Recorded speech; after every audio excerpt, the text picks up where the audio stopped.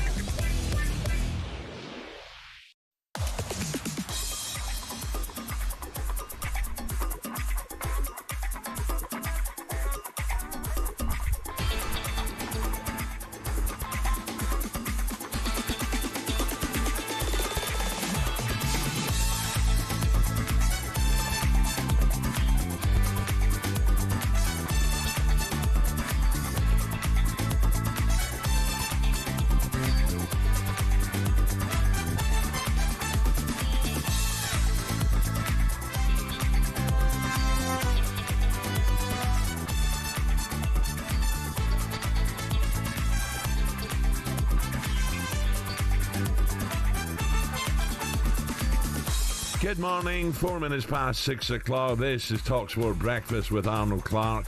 Build your own car deal online. All with a few clicks, they make buying your next car easy peasy.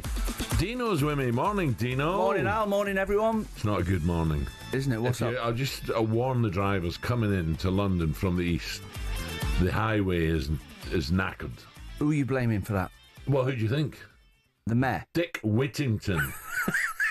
Absolute tube. Well, what is it? 4 minutes past 6 this morning. It's ridiculous. Took his first punch on the chin. Oh, we had to do the back doubles and all. So if you're coming in from through the Limehouse, I know that we're national, but I'm just telling people coming in London, be careful, because it's chock-a-block at this time in the morning. It's an absolute joke. Have they found another way of charging you something? Oh, they're trying. I looked at my driver today, Billy, and I went, how'd you do this, mate? I know. And he's shaking his head. He said, I've been doing this a long time, Alan. He's been driving me for over 20 years. If I get run over... I've just had enough. Well, they're not having the bike lanes, are they, the drivers? if I get run over Yeah. in London, which is going to happen shortly, it'll be by a bike, whispering death. Yeah. You don't hear them coming. Not Whispering Angel, Whispering death. And the electric cars, I don't hear them coming. Thank you, Coffee Sam. You welcome. Do you step out off the pavement and then No, you got to look now. You got to look because even if they hit you, it's your fault. Yeah, you've got used to it. Yeah, I no, Dino, you got to be careful. Anyway. It's beyond a joke now, and it's by the way, and you might say, well, that's what happens if you live in London. It's coming to your city, I'm telling you. Anyway, it's the Open. First day today. What time is there, 6:35. Padraig's teeing off, and I've backed him. Have you? Yeah, Big 500 to 1. But I bet he has a. Well, it's hard. It's difficult. It's a links course, but he'll know the course at the back of his hand. He was the course record holder. He'll play all right. Don't worry. He's played there 60 times, yeah, and he once held the course record. And he won the seniors, the US Open, not long ago. Well, there you go. He's on by form. the way, he is on form. I've been looking at his form, and he is on form. I think it's. I was going to say it's Open. Of course, it's the Open. But what did you make of the world number one? What did you make of the chef? Yeah, what did you make of him? What he said yesterday? It was amazing, wasn't it? Well, I watched that full swing, the documentary, and he's like a Christian, isn't he? A big Christian. His family. Don't know. Yeah, he's a big. I think he's like born again Christian or near enough. So I think he sees the bigger picture, and I think he got caught in the middle of when the question sort of caught in that. Well, what does golf mean really in the big picture? Well, I was sticking up from him, Scotty. I was sticking up from him saying, look, he's just been honest. You know, he's got all the money in the world, but he still plays. But something's missing in his life, and you know, it can't always be. You know, I'm world number one. I'm doing. Don't get me wrong. He's private jets here, there, best hotels, but he's looking for something else, and he's just been honest. So why he was getting pelters off some people? Yeah, I think obviously when you begin to the Lord like he is, he thinks the picture's already been set for him, and he follows the rules of God, doesn't he? So does he, Reverend? Yeah, yes. Saunders? And I think he was thinking he's wrestling with himself. He said, on why do I want to win the Open? Why do I like practicing when there's bigger things to think about? But he didn't say he doesn't want to win it. He said, you know, when I got on that tee, I want to win it. Yeah, and he's been wrestling with himself. Why does he want to win the Open that much? And so I think it was a bit crossover, but you can't argue. Well, I was wrestling this morning. I was stuck in traffic, saying I can't let Dino down. Was you wrestling? Was you wrestling with a pint of Peroni? No. Was you with Ray yesterday? Yeah. Well, that was a pint of Peroni then. Well, yeah, but that was a debrief, Dino. It was a debrief. Was it? I've got some lovely people coming today to have a look round. They paid a lot of money to Chris's charity last year. This weekend again, the next one, probably the last one. And so I've got to look after them today. So you're welcome to join us for a wee bit if you want. I can't wait for your golf day. Well, there's three. What one? Brockett Hall. Yeah. Glen Eagles. I know. We were talking about it yesterday. It's going to be really good. Yeah. That's a great place. Not just golf today, is it? We're just 48 hours away from the Lions' first test. I know you're not bothered because there's no Welsh in there. Can you believe it? First time since 1896 we've not had a player playing in the Lions. Incredible, isn't it? And he's a good player, by the way, Morgan. Yeah. He's played all right when he's played. There's going to be injuries, so he might get in. He might get a game, yeah. We'll learn who makes Andy Farrell's first team selection right here in under 1 hour, around 7 a.m. Owen Farrell and Henry Pollock are reportedly set to miss out. I'm surprised Pollock's not in, as is Welshman Jack Morgan. There you go. Meaning it'll be the first time that no one from Wales plays in a Lions test since 1896. Disgusting. Well, Dino, look, you know, you won your first game, and how many? 18 against Japan. How can that be?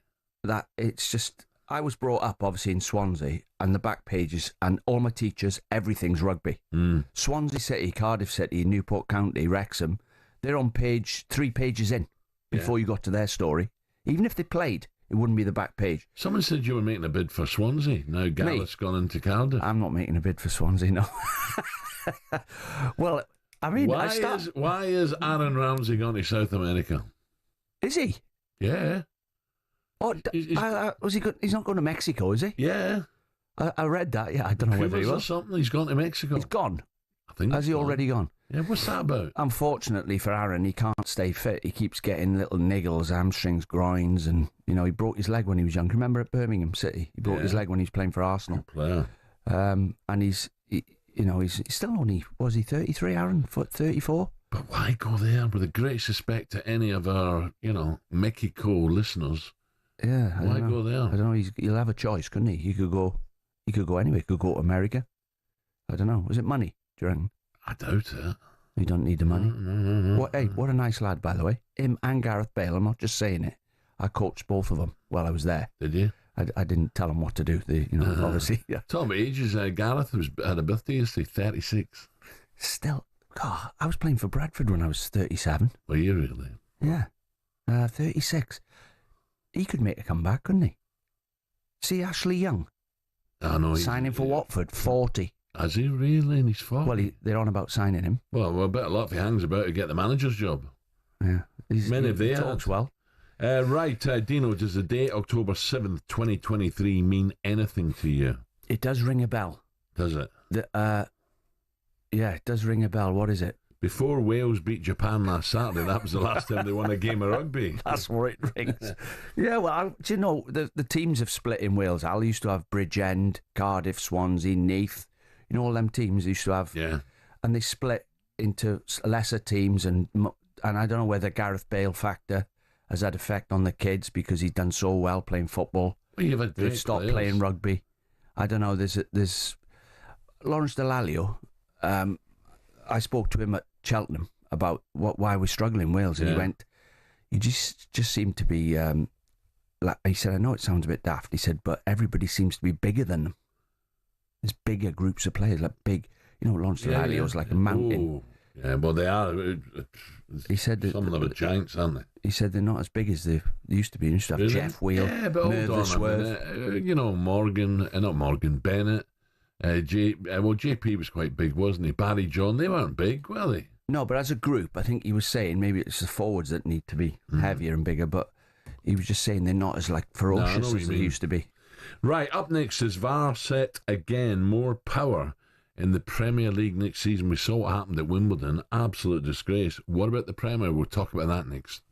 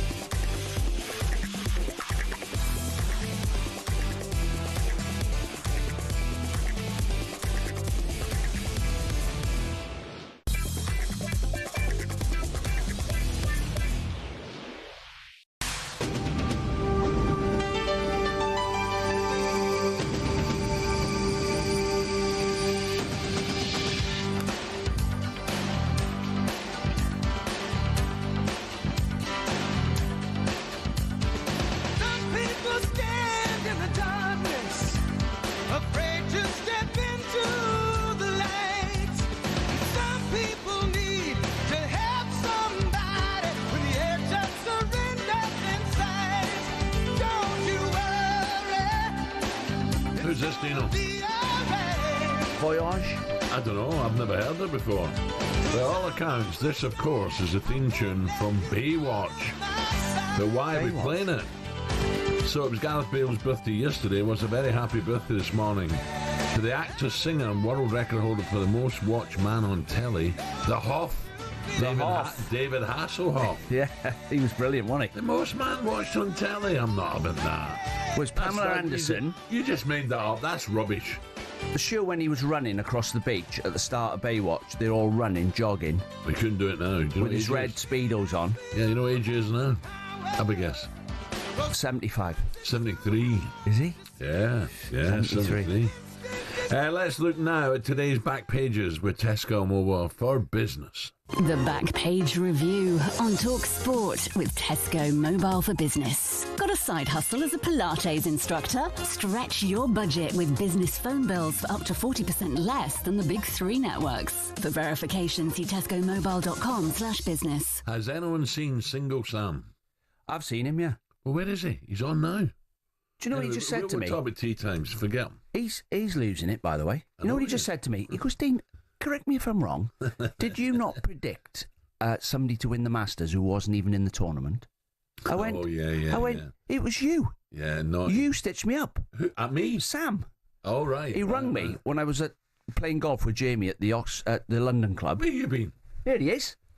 Here he is. Dino's got the hump with you, by the way. Yeah, you're losing it. No, sorry. It's never normally this early. 6:18. But I'm happy. Just get this in early. Go on. I haven't forgot you stitched me up. And I didn't stitch you up, Dino. You did. Have you told the story?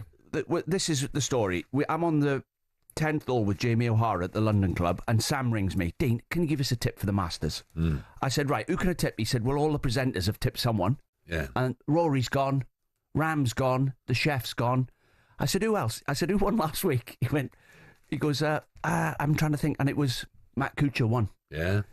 The tournament before. And I went the Cooch. And then you rung me the next morning and got me on the air. You, Gabby, and... Well, he does that. And Sam. So basically, what happened now is to make it a bit. I remember it. He comes on and gives you the absolute big one. Kutcher's going to do this. He wasn't even in the competition. He didn't even qualify for the competition, Dino. And you're blaming it on me. Well, he wasn't that good anyway. No, clearly he wasn't very good. He wasn't even there, was he? Good morning, gents. How are we? All right, Sam. Everyone good? Al, you all good this morning? How's your Thursday morning? I'm ish. You know, I don't like that journey in this morning. No, I hate rushing. Traffic murder. But anyway, I've done Traffic jams don't go with Peroni, do they? What do you mean? They don't match, do they? Peroni. What are you talking about? What are you talking about, Dino? I was in bed early last night. He's in, yeah. What time was it? What time's early for you? Probably 7:30. Oh, that is early, isn't it? Yeah, that's a strong 9-10 hours sleep, that isn't it, Al? Yeah, it takes Give me or a while. take. Yeah, I've got too many things in my head spinning round, so I don't sleep right away. Like what? The show. It's stats. I'm taking an interest in his show life. next day. Yeah. Hey, you're still... Who am I backing in the golf? Yeah. How the line's going to do. These things, you know. Did you go to bed, put your head in the pillow and say, how am I going to get a bird? I think sporty things.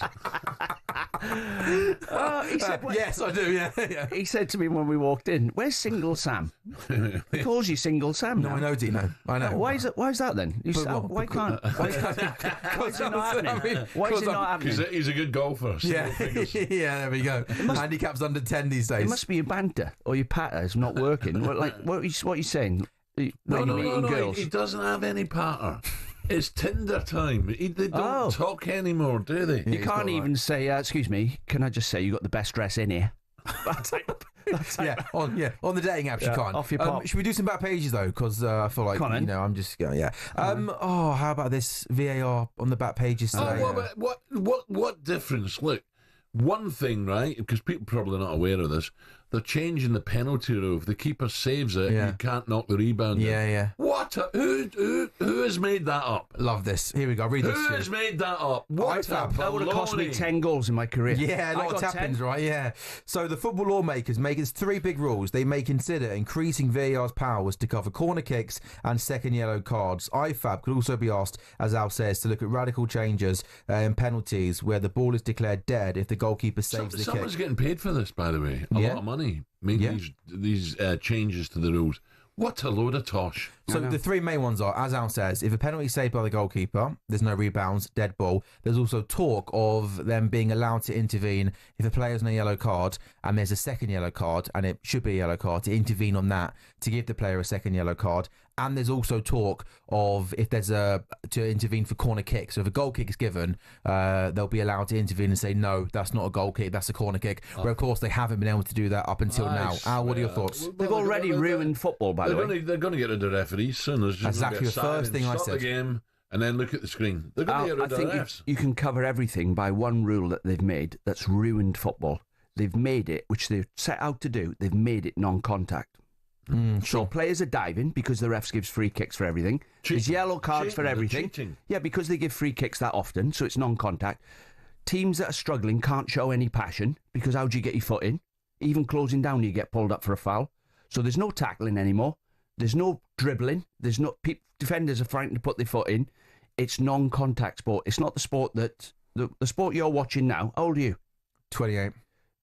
See, you only notice this stuff. Yeah, that's true. We watched football when it was a battle, and people used to turn up, and this is going to be a battle today. Soon as, I know, like some of his tackles were outrageous. It can go too far, but they've ruined football, in my opinion. Al, we've spoke about VAR almost every day on this show for 5 years because it has had too much of an impact in football. Surely the last thing we need now is more reasons for VAR to be able to get involved in football games, right? That's the way life's going. We've got some idiots now.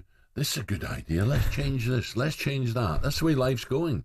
Life now is soon there'll be VAR for it's too windy. The game off, or the grass is too long. Game off. It's just absolute. You know what? Yeah. I completely agree with that. And I when many years ago when VAR came in. Don't give them any more. No, I agree. What else we got? It's just. Could you imagine how Clowns sitting there for 2 minutes waiting for them to have a look at whether it's a corner or a goal kick? It'd drive you even more insane, wouldn't it? Interesting transfer story on the. I love it when I was in this mood. Interesting transfer story on the back of the Sun today. Chelsea have made £80 million Aston Villa starman Morgan Rogers their latest summer target, and Villa could replace him with Manchester United outcast Alejandro Garnacho. New world champion Chelsea have already spent big money, and a deal for Rogers could take them past the £200 million mark this summer. I'm trying to work out these rules. Look at the squad Chelsea have got now. How have they been allowed to spend all that? Take nothing away from them, because I think there are challenges this year. I really do. Do you think 1.6 billion they've spent? Not just because they beat PSG. I could see signs last season thinking, they're going to be up there. Do you think defensively and the goalkeeper's good enough to challenge for the title? I think, I do. I do. But you look at other sides that can't buy anyone. They must look and say, what have we done wrong? They sold the women's team or something. So that's and so they've been doing them. That's how they've been able to help stay above PSR. If they're the rules and it's legal, then fine. Yeah. I'm not slagging them. I think it's legal, so exactly they're allowed to do it. There's a lot of other clubs that are like... Liverpool only spent... So if Liverpool buy Isaac for 130 million, that's 300 million they've spent, because they never bought anyone last year, did they? They bought Chiesa, and that was it for £10 million. And in the previous January as well. So in 2 windows, Liverpool spent £10 million. So that's why they're allowed to spend that much money. Should you be allowed to go back to last year? Should not be a cut-off. That's it. No more spending. Next week, start again. And also interesting because Aston Villa are a team that a lot of people talk about them needing to sell for PSR. Aston Villa in the last couple of seasons, I think I'm talking about players like Duran, £70 million, Diaby, £55 million, Philogene, Archer, Douglas Luiz. Villa are a team that have sold lots of players over the past couple of years, and now once again Villa are going into a summer thinking we might need to sell Martinez for PSR, we might have to sell this player for PSR. I hope Aston Villa keep hold of Morgan Rogers. He is a top player, and I really hope he stays here to try and take Villa back to the Champions League. Sam, what else we got? Can I go on a little mini cricket rant, because this is absolutely doing my head in. Go on. England's energy-sapping win over India Laws has come at a cost after they were docked 2 World Test Championship points for a slow over rate. In addition to the sanction this season relinquished the outright second place to Sri Lanka, the players have been fined £1,500 each, 10% of their match fees. India, meanwhile, escaped despite bowling only 83 overs on the opening day. In all, 32 overs were lost on the first 3 days due to stoppages. How on earth have England been docked points and fined and not India?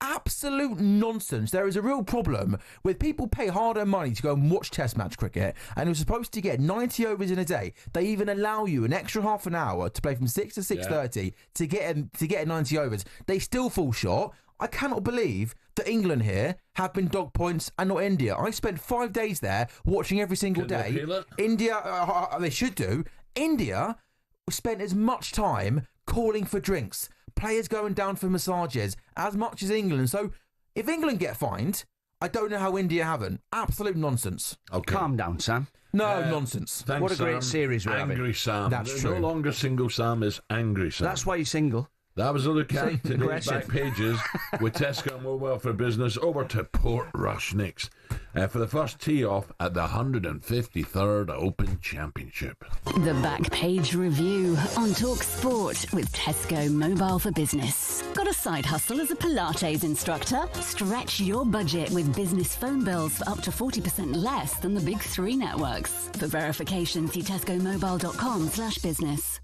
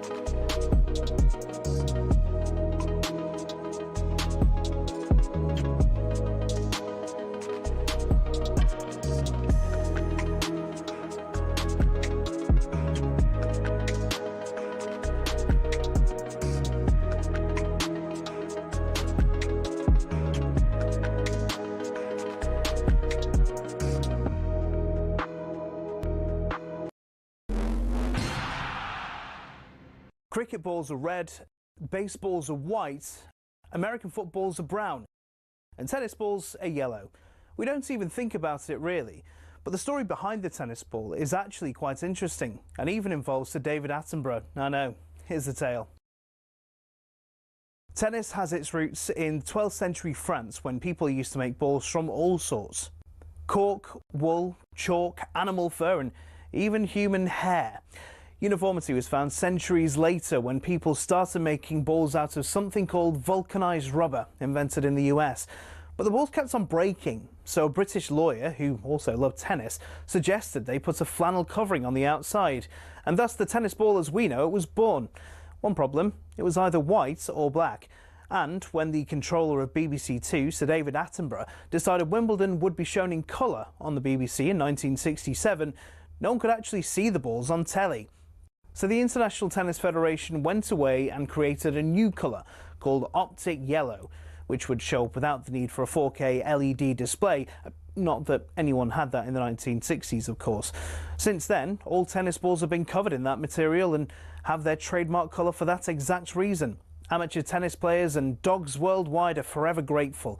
You could say the ITF aced it.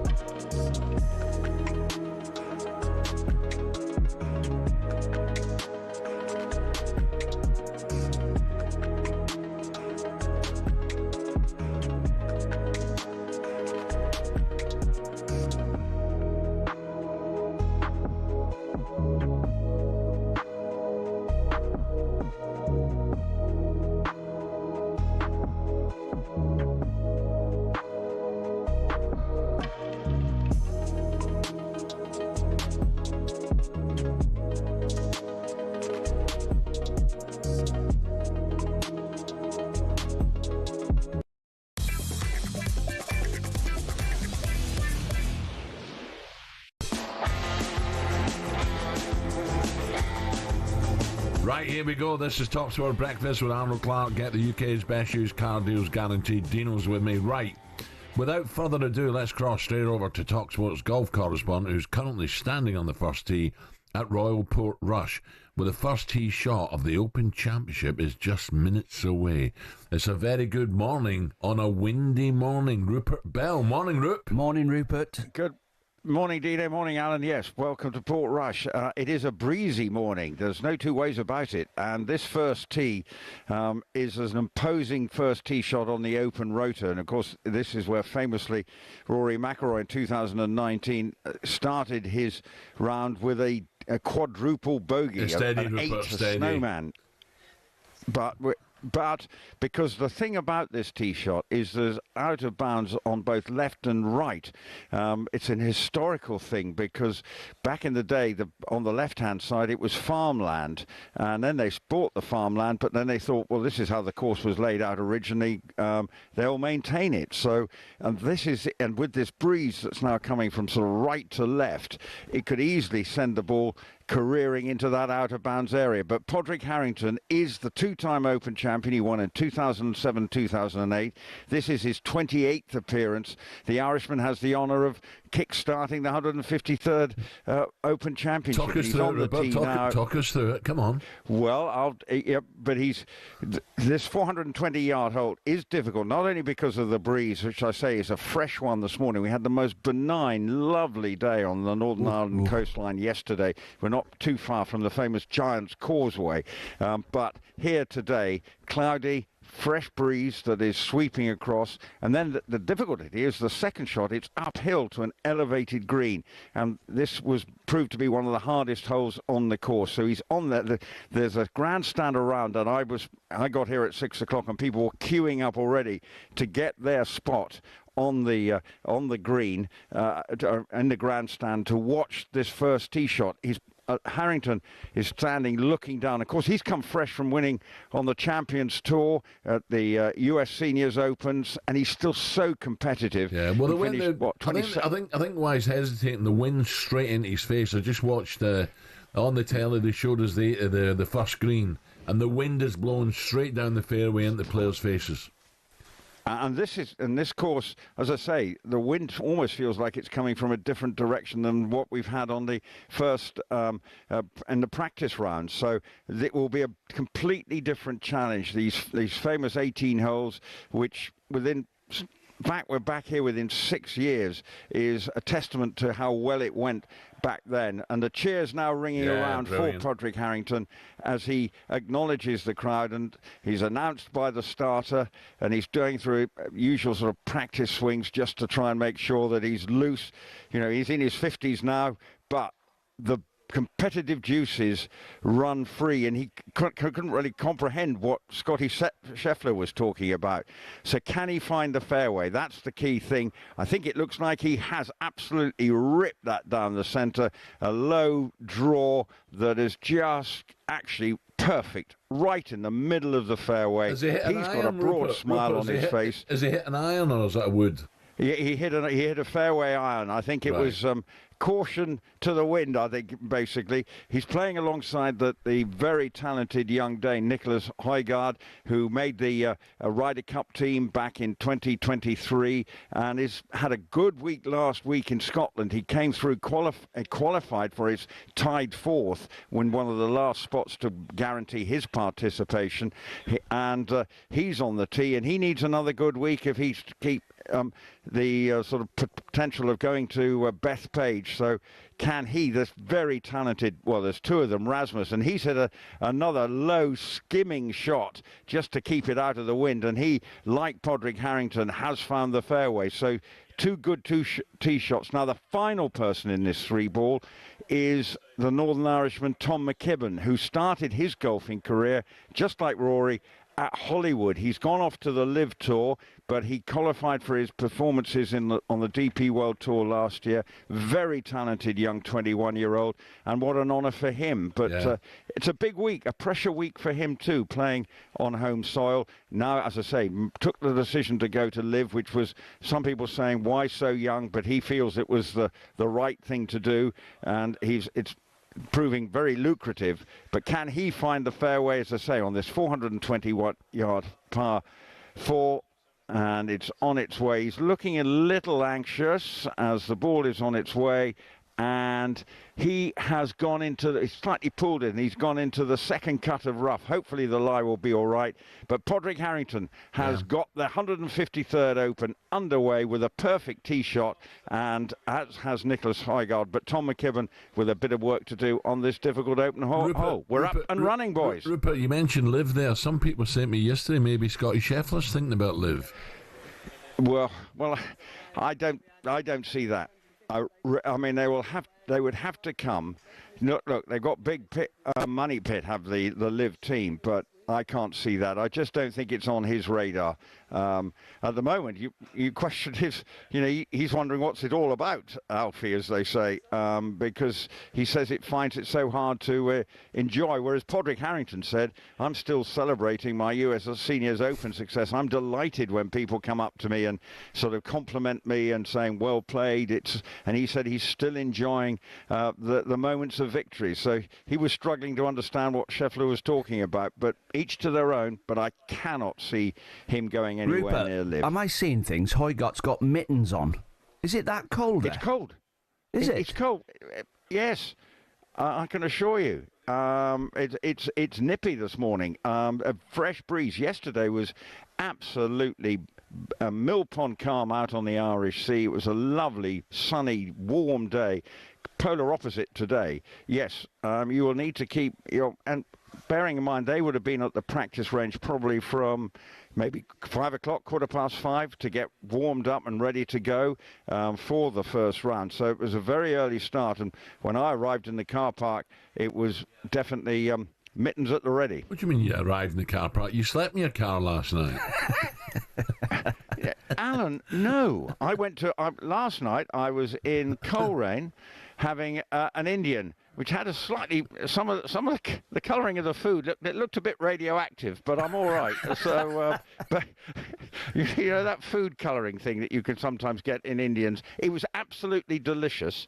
But and we were the three of us. We left Gabby to go to her own devices because she's fed up with us already. So, Rupert, did I see you on TikTok this morning? What was on? My name's Pink and I'm really glad to meet you. You're recommended to me by some people. Hey, ooh, is this illegal? Hey, ooh, it feels illegal. Well, what is all that? He's dancing on TikTok. What is that about? Don't ask me, but young Gabby said, come on, Rupert, we're trying to restore your reputation here, and I had to record something that's gone a bit viral. I don't know. Mine hasn't, but it's a sort of thing they're doing at the Open. But, in for a penny, in for a pound. But Rupert, anyway, just to let you know, I've backed Podrick Harrington each way, 500 to 1, and for him to be the leader after round 1. Just to let you know. Well, he's not going to lead after round 1. Well, but we'll I think you could see him finishing in the top 20. Just like 500 to 1, as Lee Westwood said. We asked Lee Westwood yesterday. He's a 500 to 1 chance. He said, "Well, I'm in my 50s, and that's what you'd expect to be, is around about that price." But he's fiercely competitive, Harrington, and I know why you've picked him out, because you'll think 500 to 1, he'll give you a run for your money, and I do expect him to be safely in the cut line tomorrow. He's obviously teed it up, and his competitive desire is still very, very strong. So well, he's played there 60 times, Rupert, and he once broke the course record, 61. So I went on that. That's where I was backing him on. He knows the course. When did he hit a 61 here? I don't know. He broke the course record. He once held it. That was Rory McIlroy. Rory broke it as well. Rory did it. So he must have shot 62, and Rory shot 61. Well, no, 63 is the course record on the current layout, which changed when they brought the Open here. So it was 63, and I think Shane Lowry's got that as he was on his way to winning the Open. So he's got to have a good tournament, Shane, as well. I'm not saying he's going to win it, but he knows the course. Like the back of his hand, he's got to have a good round. Absolutely. Whether he will find a way of regaining the claret jug, I'm not so sure, but I do expect him to be. He's so good in difficult conditions. It's in his DNA, so I would expect him to be right up there come the end. I know you think I'm probably mad, Alan, but I've gone for Sepp Straka, who is in the world's top 10. Does just go about his business in a very understated way, but he's won twice on the PGA Tour this year. Rupert, Sepp Blatter's got a better chance of winning that. Right, live commentary of the 153rd Open runs all day and all weekend over on talkSPORT 2. That was our very first Open update with our good friends Arnold Clark. The Open Update on talkSPORT with Arnold Clark. Get the UK's best used car deals, guaranteed. Okay, still to come on breakfast. Here we go. Superstar Breakfast preview on talkSPORT with Travis Perkins. Find everything you need for your landscaping project in stock and available for delivery. Terms and conditions apply. I can tell you Harrington just hit a beauty into the first green. What, about 12 feet away? Absolute beauty. Right, as we edge closer and closer to the first test match between the Lions and Australia this Saturday. Live on talkSPORT again. Andy Farrell will be announcing his matchday squad later this morning. We'll be crossing live down under to Brisbane for his press conference 7:15.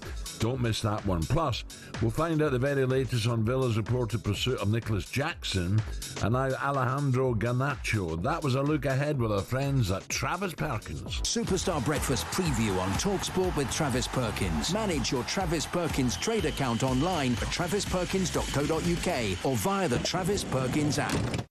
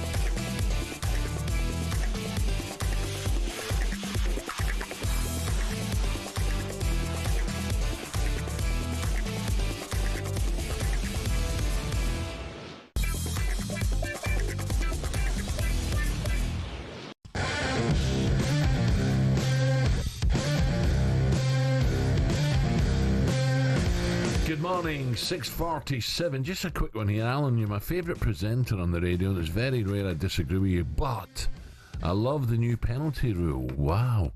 Too many fantasy points are lost after keepers save penalties and the rebounds are scored. The fantasy's far better than the reality in today's game, so I'm all for it, says Simon in Bournemouth. I don't see it, me. I just leave it the way it is. The keeper makes a great save. Yeah. Yeah, and, and he can make a double save, can't he? But if he makes a great save and someone knocks it in, well, tough, There's always a bit of controversy because the ref, if you when he's about to blow the whistle to take the pen, he's telling people to step outside the 18-yard box, and he don't go in too early. And he's trying to look at the keepers and moving. And then it's like who's running the box first, the defenders or the attackers. But I always used to say to my players, do not switch off. Like if you follow in every penalty for a season, a couple will come back. Oh, you might save us a goal. Yeah, if you get there first. Well, it's like centre halves, isn't it? When a striker or a forward has a strike on goal, get in there, look for the rebound and clear it. Yeah, don't be on your heels. Right, Sam is back now. What?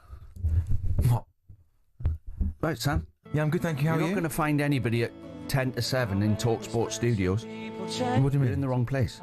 What do you mean? You're looking for a girlfriend. Oh, not funny, Dino. I mean, come on, can we move on? Can we have a little bit of music? Slowly walking down the hall, faster than a kind of... Time now to have a little look at some of the fun stories, Dino. Like having a little look at some of the front page stories done with, hopefully make us laugh. Cheer us up. Al's been stuck in traffic already. I know. I'm sorry, Al. I'm sorry. Liam Gallagher is drinking apple cider vinegar tea to keep his voice healthy for the Oasis reunion tour. The rock star emerged on stage holding a glass of the drink or one of the Heaton Par. What's happened to him? Where's the bourbon? Come on, Liam. What's going on here? It's even rock stars have gone soft now, like footballers. Mind you, I asked Rod Stewart when he was on. He said he's doing an 80 shows over Britain. I said, how do you do it at your age? And he said, I have to just look after my voice. As long as my voice is all right. You like a bit of honey, don't you? Yeah. But apple cider vinegar, that's really, really good for you, though, isn't it? It's good for you, Al. It's important to, he's got a long, you're not for you. Horrible. Well, come on then, Al. You've been doing this for over 20 years, well over 20 years. Peroni. Al, what is good for you now? Because we've had everything, haven't we? Steak's bad for you. Fish is bad for you. I know. Vitamin C tablets. Barocca's bad for you.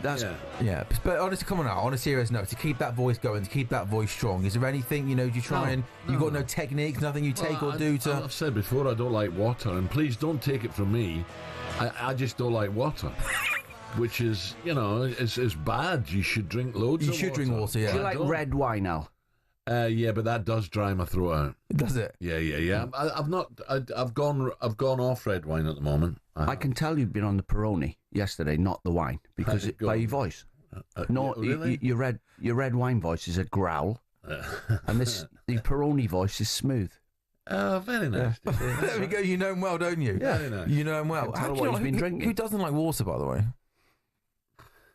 You must be the only person in the world who doesn't like water.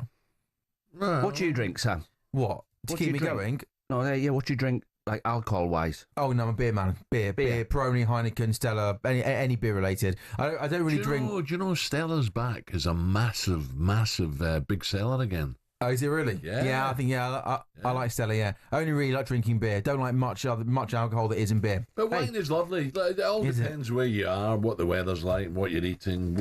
A glass of wine is lovely, in moderation. It's anti-Welsh on talkSPORT again. It took you 8 minutes. It took you 8 minutes to say we haven't got a player playing for the Lions. It took Al 8 minutes. He's hammered us. Oh, is that what he's saying? The Stella factory is in Newport. Is that outside right? Newport, just outside, yeah. Seen it the other day. There we go. They make Budweiser in there as well. Is that on the English side of the border? Or? It's in Wales. It's Mega near Newport. Is it near Chepstow? Yes, not far. Yeah. Near Chepstow races. Chepstow lately? Sam, Chaps no races today, Sam. One more for you. A Liam lookalike gets the trim at a pop-up barbershop offering Oasis cuts ready for the band's Manchester gigs. Have a little look at that picture there of the this gentleman going for one of the Oasis haircuts. There, he's got his trim exactly like Liam Gallagher. When's the first row going to be?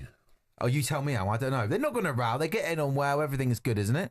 I don't know. What do you mean you don't know? Why are you being so negative? They hate each other. Do you think so? Not anymore. They've made up, Al. No, they haven't. They haven't. No. I think they have. Do you? Well, yeah, because they're going to spend a lot of time together, aren't they? It soon blow up again. That's what I mean. It'll blow up. Nah, they're brothers. Yeah, It's just like... They're back together, Al. Come on. So go on then, Dino. In terms of that trim, is that a trim that you'd like, the Liam Gallagher trim? I don't get that one where you shave the sides of your head. Is it trendy? Yeah, that's really trendy. Looks ridiculous. It's a prison cut. Isn't that? That's a jar head. Yeah. Al, in terms of the modern day haircuts, do you see trims of lads that drive you mad? I gave up in '78, to be honest. Thinking about trims and what. My hair's getting thinner, by the way. I'm starting to see little patches on the top of my head. It's all that Do you see that? It's all the dye. maybe the black shampoo's breaking. Boot polish. You're all right, Sam. Yeah, my hair's You're not going to go bald, are you? I'm going strong. Yeah, I'm going strong. Is your dad bald? No, he's got a lot of hair. He's very grey, though. That's all right. Greg can cover that up. Greg's fine. I don't really care. I've got some shampoo, black shampoo for you. Oh, have you really? Yeah. There we go. I'll do some of that. What else decent have you got? Well, these are all supposed to be. There's nothing. This is front page stuff. A lack of public loos means Brits are being caught short. Scotland had the longest distances between public loos, with desperate folk facing the equivalent of a 150-minute walk. The shortest distance is London, with an average travel time of just 19 minutes on foot. Oh, come on! There must have been a moment. Must have been a time where you've been caught short. I am not talking about my personal. I was in desperate trouble the other day. I had an omelette. at the golf club, and I was out on the course, and I was thinking, my stomach's rumbling here. I'm in big trouble. It shouldn't do. Eggs are good for you. I don't know what was in it, the omelette, but I was like in big trouble. But I'm about a mile and a half from the clubhouse. Oh no! I'm thinking I'm in big trouble here. Yeah. Where's the bush? No.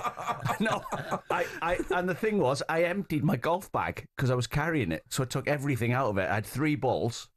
I didn't even have a glove in there and teas. Oh no! And Dino. Dino, this is breakfast. This is breakfast. No, but luckily I made it. Oh, I made it.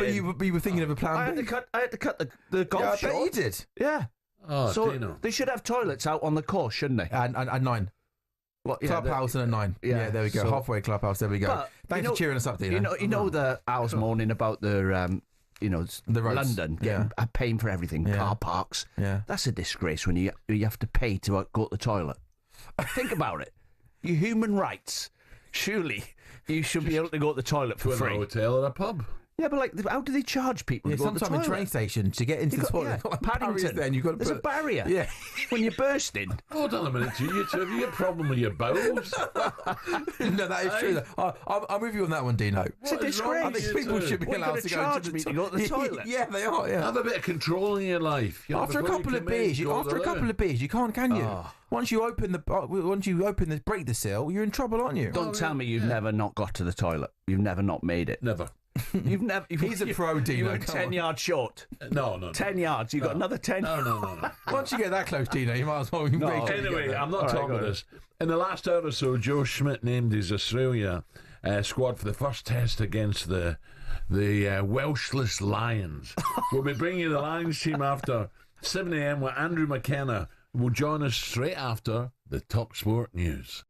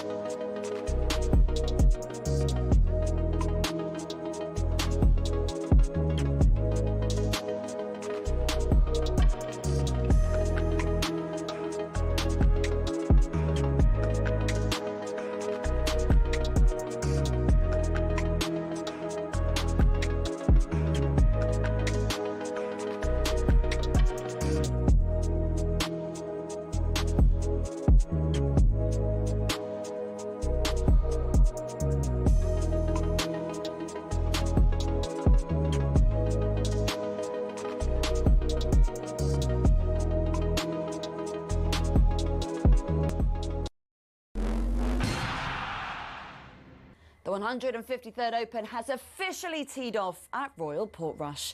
It'll be a mild but wet and windy day in County Antrim as the world's best gather to do battle over the claret jug. Rory McIlroy says finishing second in the Scottish Open last week has put him in high spirits. It's lovely to be coming in here already with the major and everything else that's happened this year. So, I'm excited with where my game is. I felt like I showed some really good signs last week and, feel like I'm in a good spot. Rory's off around 3 o'clock. You can catch our full coverage of it right now on talkSPORT 2. Should England beat Sweden tonight at the Women's Euros, a date with Italy awaits them in the semi-final. The Italians beat Norway last night 2-1 to secure their first European semi-final since 1997. But England boss Serena Wiegman is only locked into tonight's clash. I expect a very competitive game where it's very hard to predict the outcome. And of course they've had a very good group stage series, like the 3 wins they had. But I think we are in a very good place too, and we're ready to go. So hopefully we can show that. England versus Sweden is live on talkSPORT tonight from 7 with kickoff at 8. Now, something I'm sure we'd all love to see. VAR getting more powers. No? Well, football lawmakers may consider changing the technology's rules to cover corner kicks and second yellow cards before next year's World Cup. IFAB are also looking at the prospect of banning rebound goals from penalties. Jason Cundy had some thoughts on the matter. And this is the problem, which a lot of people said that when VAR comes in, it won't just be for this. It will get wider, and that's exactly it. Can't have them for throw-ins, can't have them for corners. The game is then completely different. And don't forget to head to talksport.com for the Lions squad ahead of their clash with Australia at the weekend. The Wallabies have had a massive injury blow with Will Skelton and Rob Valentini missing out. Remember, the match will be live on talkSPORT on Saturday morning.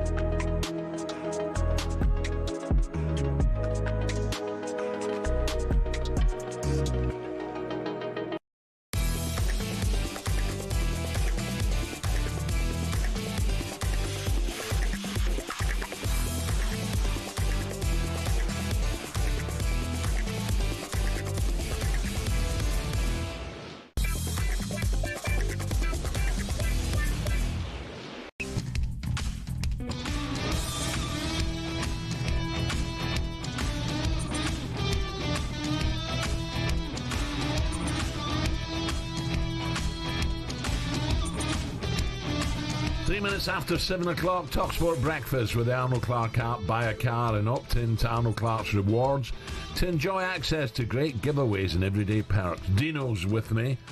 We need to cross straight over now to Brisbane, Australia, and introduce talkSPORT's rugby commentator Andrew McKenna, because we've just learned who's going to start for the Lions in the first test against the Aussies. Macca. Though 23, as you say, has been named, Alan. The front row, Ellis Genge, Dan Sheehan and Tyke Furlong. Maro Itoje is the captain as expected, partnered by Joe McCarthy in the second row. The back row made up of Tyg Byrne, Tom Curry and Jack Conan. Halfbacks, Jamison Gibson-Park and Finn Russell. The centres is the Scottish pairing, Sione Tuipulotu and Hugh Jones. Wingers are James Lowe and Tommy Freeman. Hugo Keenan is at fullback. The replacements... the front row replacements, Ronan Kelleher, Andrew Porter and Will Stewart. Ollie Chesham and Ben Earl are the other forwards, along with Alex Mitchell, Marcus Smith and Bundy Aki, which means that we all felt that the game 10 days ago against the Brumbies looked like a very close to a test match side. Well, there are 4 changes from that game. The men to miss out are Ollie Chesham and Bundy Aki, who've dropped down to the bench. Gary Ringrose and Blair Kinghorn are both suffering with injuries, which is the reason they are not involved. So therefore, that Brumbies side was very close. So that is your 23 for Saturday morning for the first test here in Brisbane. I'm just recollecting now the game against the Brumbies. They got through us a few times, didn't they? Is that a surprise to you, Macca? Because I thought the last game was brilliant, but the Brumbies,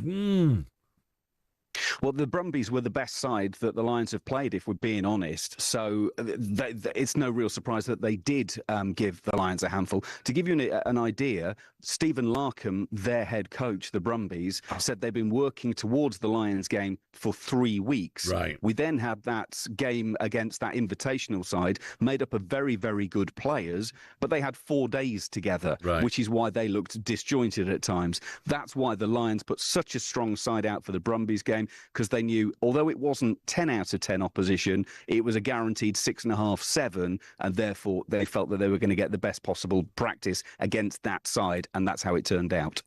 Andrew, I can sense that there's a little bit of needle as well, isn't there? I think that some of the Lions have said they're looking at 3-0, and the Aussies are calling them out. Pollock said it. Is there a bit of needle there? I think it's... Joe Schmidt was asked about that a couple of hours ago, and he came back with, and he makes a perfectly good point, what sportsman is ever going to come out and say, oh yeah, we think we can lose this game? They've come here to play 3 games, therefore they want to try and win 3 games. So I think that's all the Lions were actually saying, and it was asked of the Wallaby players who were speaking with us as well earlier on, is that going to be up on the dressing room wall? And they both said, Fraser McWright and Jake Gordon both said, I hadn't even heard about it, mate. So forget about it being on the dressing room wall. We're not even thinking about it. Okay, Andrew, thank you. Thanks, so Andrew. No real major shocks there. There is. Do you reckon? No Morgan. Oh, away. Hey, he's not even on the bench. We've not even got a Welsh player on the bench. Oh, dear. I thought he'd be on the bench.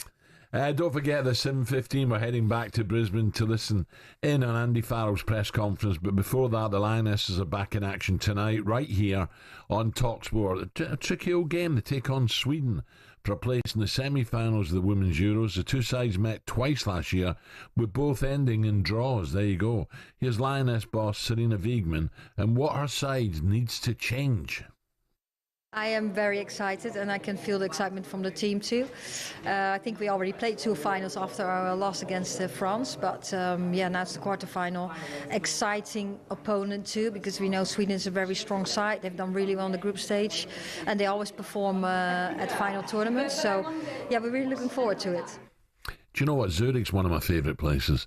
I remember as a kid playing for Ipswich Town against Grasshoppers of Zurich.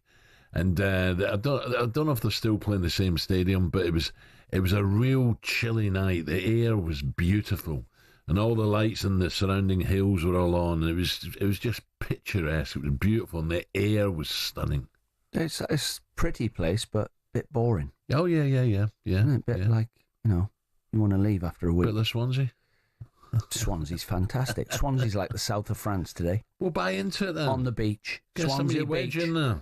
You have to just dodge a few missiles in the sea, but you can go and paddle out there down the Mumbles, Gower Peninsula. Mumbles is lovely. You've been to Mumbles, haven't you? No, I don't. Lovely. So. No. Right, let's kick off the build-up. This will be a tricky game for the Lionesses. Tonight's quarter-final with former Lioness Tash Dowie. Tash, a very good morning. Morning, Tash. Morning, guys. Morning. I'm not tell you what, boys. I might have to disagree with you on the boring Zurich. I don't think I'll ever be able to get used to dipping into the river every morning. So I could easily live here. I did. I lived there for a year, Tash. A little place called Baden. Oh, good coffee shops. Runs along the river. Dipping into the river. No, not your thing. If you like coffee, yeah. No. What do you mean? You've been swimming in that river? Have you been swimming in that river behind you? Yeah. Honestly? Absolutely. Yeah, this morning, just before I've come on live with you. It's not dangerous. I can see the way it's running fast Must there. be freezing. No, honestly, that's one thing that I love about this place. The amount of people you see floating down the river in their little floats. Yeah, I think it's a real outdoor kind of city. I've really enjoyed that side of it. Now, what about the Swedes? This is going to be a tricky game. Mm-hmm. Good side, Sweden.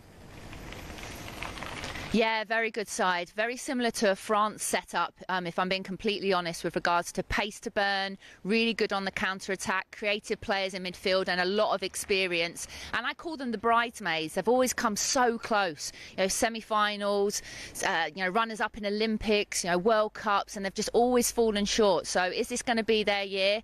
I think England, will struggle at times because of the pace up front. We saw they struggled against France, so hopefully England have learnt their lesson from that France game. And the last couple of performances, if England are at their best, I see England progressing, but it's going to be probably their biggest challenge yet. Tash, we know France beat England. Are France the favourites, or would you go someone else?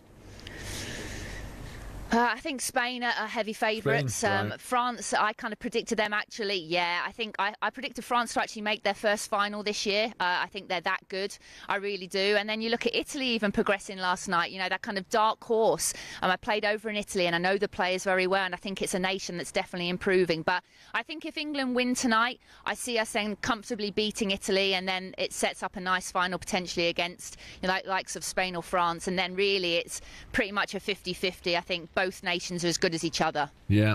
What about support, Tash? Is there yellow shirts of Sweden walking around beautiful Zurich, the old town of Zurich? Is there many English fans there?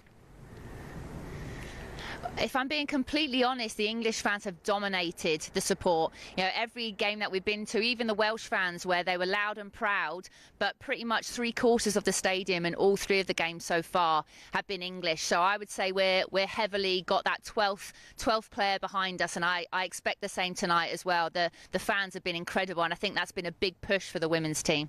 So what's the lineup going to look like against Sweden, Tash? Who's going to be up the front and who's going to be number 10? Yep. Yeah, I don't see many changes, if any. The only one I'm a little bit, I guess, thinking about that situation is Hemp with regards to her minutes. She missed a lot of the season with City. 5 months she was out. And Serena Wiegmann has been managing her time. So whether or not a Beth Mead comes in for a Hemp, but I would love to see Hemp start because of the pace. So I think you'll have Hemp still starting. You'll have Russo through the middle. Lauren James, who's been magnificent on the right-hand side. Same midfield of Toon, Stanway and Walsh, and then that back 4 of a Bronze, Williamson, Greenwood, Carter, Hampton in goal. So I don't see any changes, but then I think you'll look to see them like the same changes. Your Meads coming on, those kind of Chloe Kellys. So yeah, I think the girls deserve to keep their spot. They were brilliant against Wales.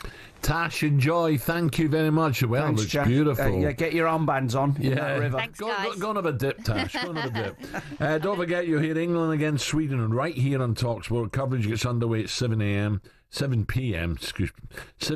We kick off 8 o'clock. Up next, you hear live from the Lions head coach Andy Farrell, who in the last 15 minutes is named as starting 15 for the first test against the Wallabies. Live and exclusive here on talkSPORT.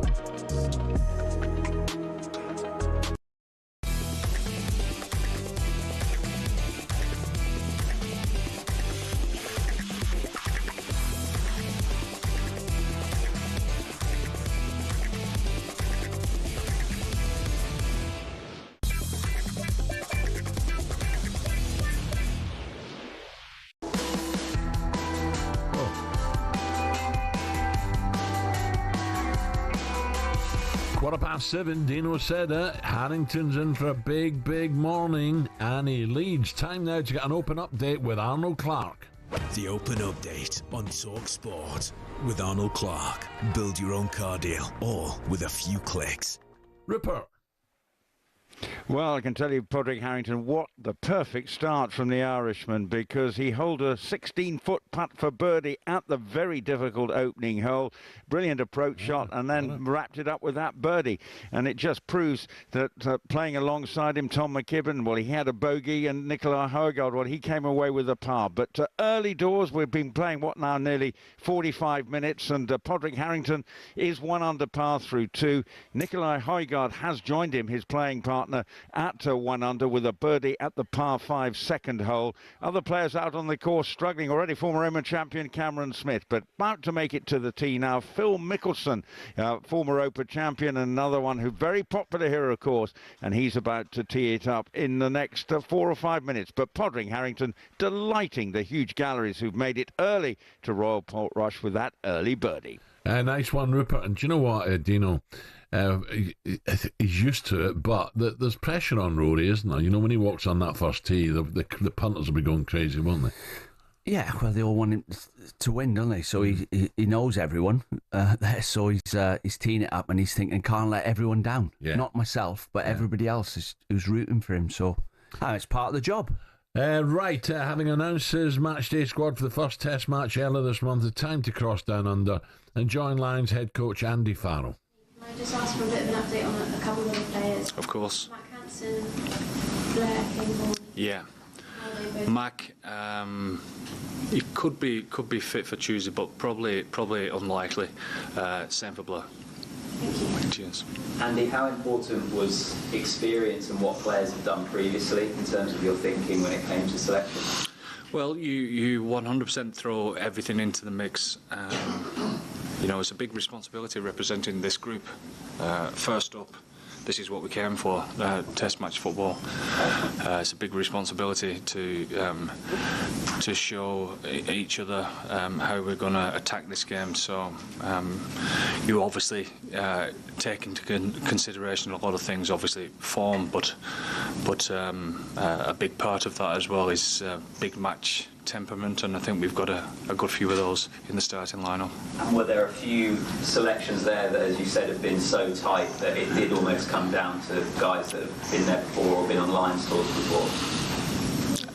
Yeah, and seeing them around the group and how they're going to make each other feel this week, and you know, you don't just have to be a Lions legend to do that. So you coping with the here and now also. So it's just the feel of the group. That's the main thing. How close is this team to the one that you first jotted down many weeks ago? It would have been different. But that's a great thing, isn't it? It's just staying open-minded and optimistic enough to be able to do that. And yeah, it's been a very thorough, vigorous debate in how we got to this point, and that's exactly what you would hope from as far as selection for a first Test in the Lions series. And just finally from me, what's been the biggest challenge for you in terms of preparing this team for the first Test, and how ready do you feel to take on the Wallabies? Biggest challenge, I suppose the last couple of weeks has been a challenge for us all, including you guys. But it's been great to have a settled week and a normal Monday, Tuesday, Wednesday, where we're able to reflect on a day off like today, and rolling into Friday and when it matters on Saturday. So it's been quite refreshing as far as that's concerned. Yeah, tell me he's a top man, Dino. Farrell, real professional, hard as nails as well. I was just looking at him there, sitting there thinking, what a player he was, by the way. Hard as nails. Look at his chest, like concrete. Imagine running into him. Now, you were talking earlier about you think they're buying a Sunseeker. Well, a Sunseeker is an interesting story in the Sun this morning. And you won't believe it, a 50-foot boat has crashed into Harry Redknapp's house down in Sandbanks. No. Yes, Sandbanks. The Sun understands strong winds took the boat and got wedged underneath the jetty. Unbelievable. By the way, you're talking to a I've got a captain's license. You're rubbish. Honest to God, Al. So I had a boat, right? So I had to take my license, Albert Dock, in Liverpool. Yeah. So I had to do a theory, right, in a day in the classroom, and then they plot a route for me, and I had to reverse the boat into the dock at the Albert Dock. What on the sort back. of boat? I had a big speedboat, not like a fishing boat. It was, and I had to reverse it down the jetty. I had to unscrew it, release it from the back of the car. So my car had the trailer on the back. So this was part of the test. Reverse the boat into the water, park it up, then get in it and follow a route around Tranmere. It was. So I had to go out into the sea, and I was following buoy to buoy to buoy to pass my test. I'm officially a captain. What? One day you passed it? 2 days. Day theory, and then you get it off the and I had to get it back on off the trailer. Well, that's the bit. Unless you can do that, get it off the trailer and know what you're doing, and you got to know the rules and the laws of the sea. Otherwise, you end up sinking. Well, this is a big one. This is a 50-footer. This one, and it's crashed into Harry's house. Yeah, well, he's jetty. Oh. Now, what about this? Actor and comedian Matt Lucas made an appearance on the Sports Bar last night. I think he's a big Arsenal fan, isn't he? Matt, the Chunk, and Jason spoke about Arsenal. The pressure's on Mikel Arteta to win a big competition in the new season.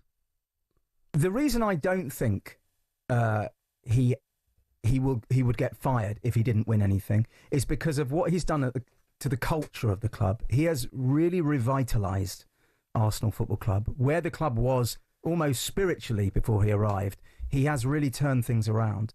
And what do you mean? What are you on about? I'm talking about mate, North come on, mate. London. Come on, mate. Like, seriously, what are you on about? Talking garbage. I'm not. You used to win the Premier League every season, battling it out with Man United. Now you're going, Arteta's brought that back. You ain't won nothing. He did. Oh my God, he's revitalised the club. He has. Yeah, Arsenal doing this, Arsenal. You ain't done nothing. Matt Lucas there. Yeah, where's Jason Cundy? I thought he was meant to be there. Where's the Cundy man? Matt Lucas, he's lost weight, hasn't he? Yeah. Looks like Jimmy Somerville. Was he in Gladiator 2? I think he was, wasn't he? Every time I see him, I just think of Little Britain. Hilarious. Pressure on Arteta to win one of the big ones. Dino, is that going to happen this year? Arsenal? Yeah, they played well against PSG. Did you think about it? They're getting closer. I know everybody's moaning, but how do you beat Liverpool when they only lost 2 games? By the time they won the league, they lost 2 games. So, he's building. He's not dismantling. He's collecting players, which is eventually you'll get success. Yeah. Do you know what's the leaderboard looking at? Padraig's still up there. Have you noticed the way they're dressed? They're dressed for winter. I can't believe it's amazing, isn't it? And I can't believe I just showed you a picture of Bath Golf Club. Yeah. On Sunday, and it was like burnt. The greens were perfect, but the fairways were burnt. This course looks like really green. For a links course, normally the ball's bouncing everywhere, but with a bit of green on it, the balls are staying on the fairways, but the wind's up. When we're watching now, there's a lot of players going in the rough. Well, the rough looks, as you'd expect at an Open Championship, the rough is thick. Yeah, the ball strikers, they're the ones that normally do it in this weather, don't they? The rough is Jamie O'Hara, isn't it? What? Thick. Oh, Jamie. Sorry, Jamie. Hey, by the way, I'm on with him on Monday. He's presenting breakfast on Monday. Crikey, what a comeback I've made a comeback, yeah. I mean, obviously everyone's on holiday, Al. And I've been stood outside warming up. Like our engineers. Yeah. Right, coming up, 7:25. Quick break.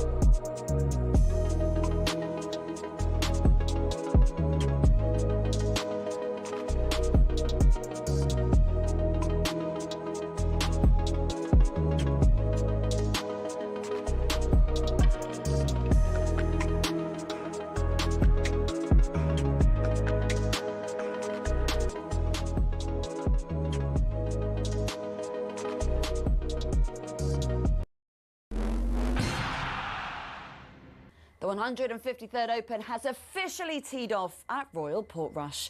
It'll be a mild but wet and windy day in County Antrim as the world's best gather to do battle over the claret jug. Rory McIlroy says finishing second in the Scottish Open last week has put him in high spirits. It's lovely to be coming in here already with the major and everything else that's happened this year. So, I'm excited with where my game is. I felt like I showed some really good signs last week and, feel like I'm in a good spot. Rory's off around 3 o'clock. You can catch our full coverage of it right now on talkSPORT 2. Should England beat Sweden tonight at the Women's Euros, a date with Italy awaits them in the semi-final.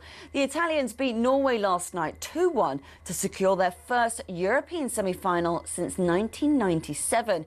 But England boss Serena Wiegman is only locked into tonight's clash. I expect a very competitive game where it's very hard to predict the outcome. And of course, they've had a very good group stage series, like the 3 wins they had. But I think we are in a very good place too, and we're ready to go. And don't forget to head to talksport.com for the Lions squad ahead of their clash with Australia at the weekend. The Wallabies have had a massive injury blow, with Will Skelton and Rob Valentini missing out. Remember, the match will be live on talkSPORT on Saturday morning.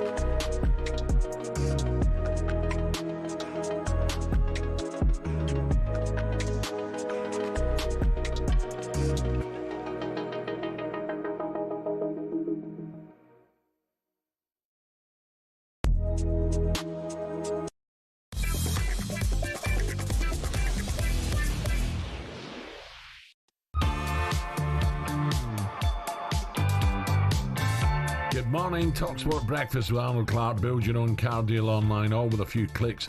Make buying your next car easy. Darren Clark walking towards the first tee as well. Right. The reason Single Sam keeps making appearances on the show this morning is because Shaban is off. She's hosting Drive this week. Yesterday she was joined by Three Lions legend Stuart Pearce, who revealed just how much he loved training. Whoa. My goodness, I was obsessed to a ridiculous level. You know, Christmas Day, I was injured. I'd been out with a broken shin at West Ham at the age of 37 for, how long? I was out for, I think at that stage, 3.5 months. I was not going to return to a football pitch for another month and a half.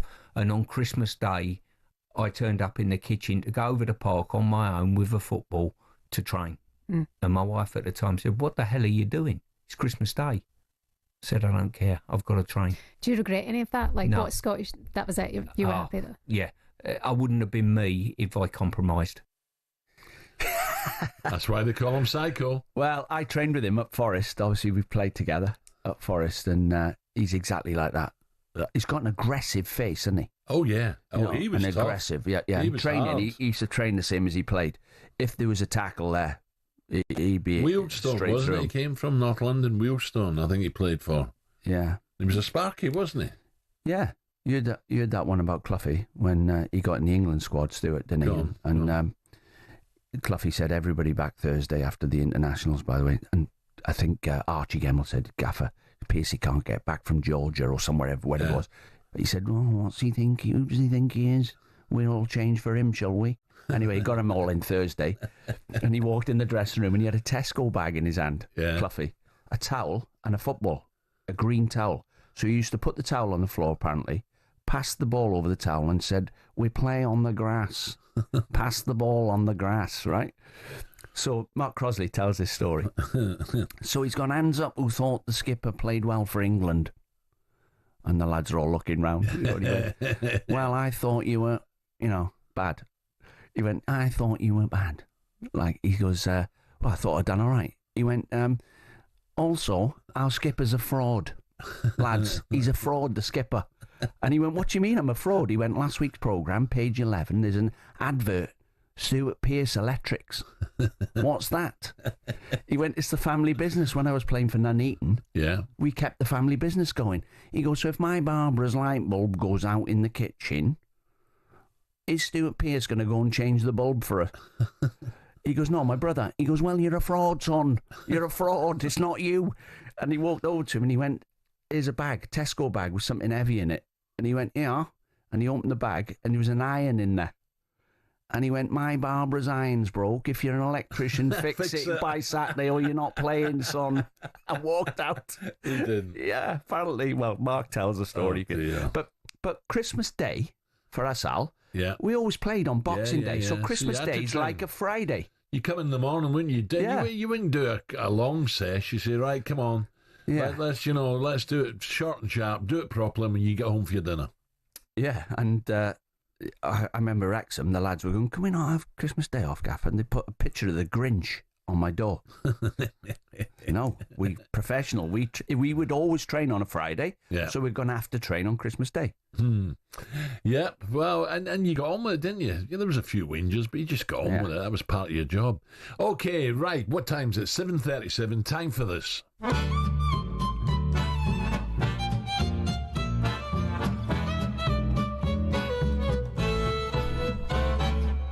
Crookies Roundup, right here every day.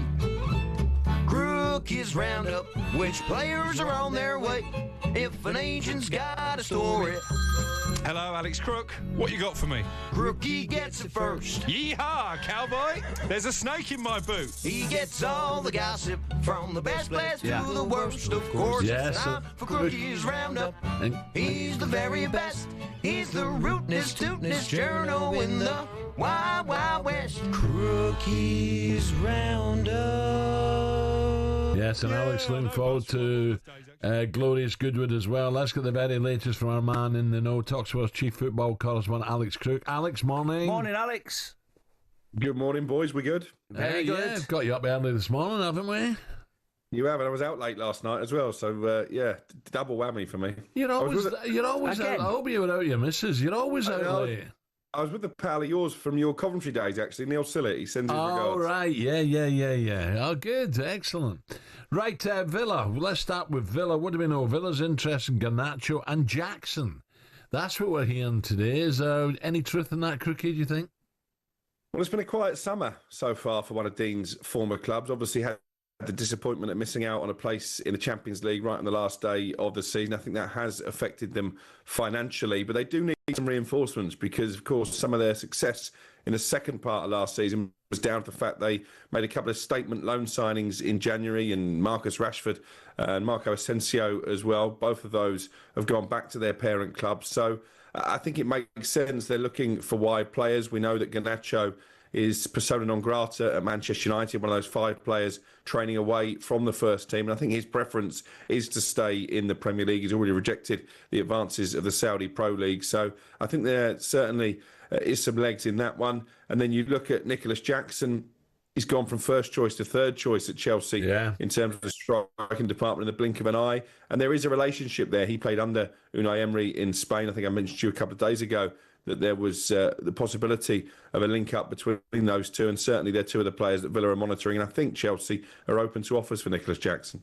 What about Morgan Rogers, Crookie? I mean, it'd be a blow losing him. I think he's a great player, and also Garnacho coming in. I think Villa have got something good going on at the moment. You bring a bad attitude into the dressing room, it could ruin everything, and obviously Garnacho's a young player. He's obviously really talented.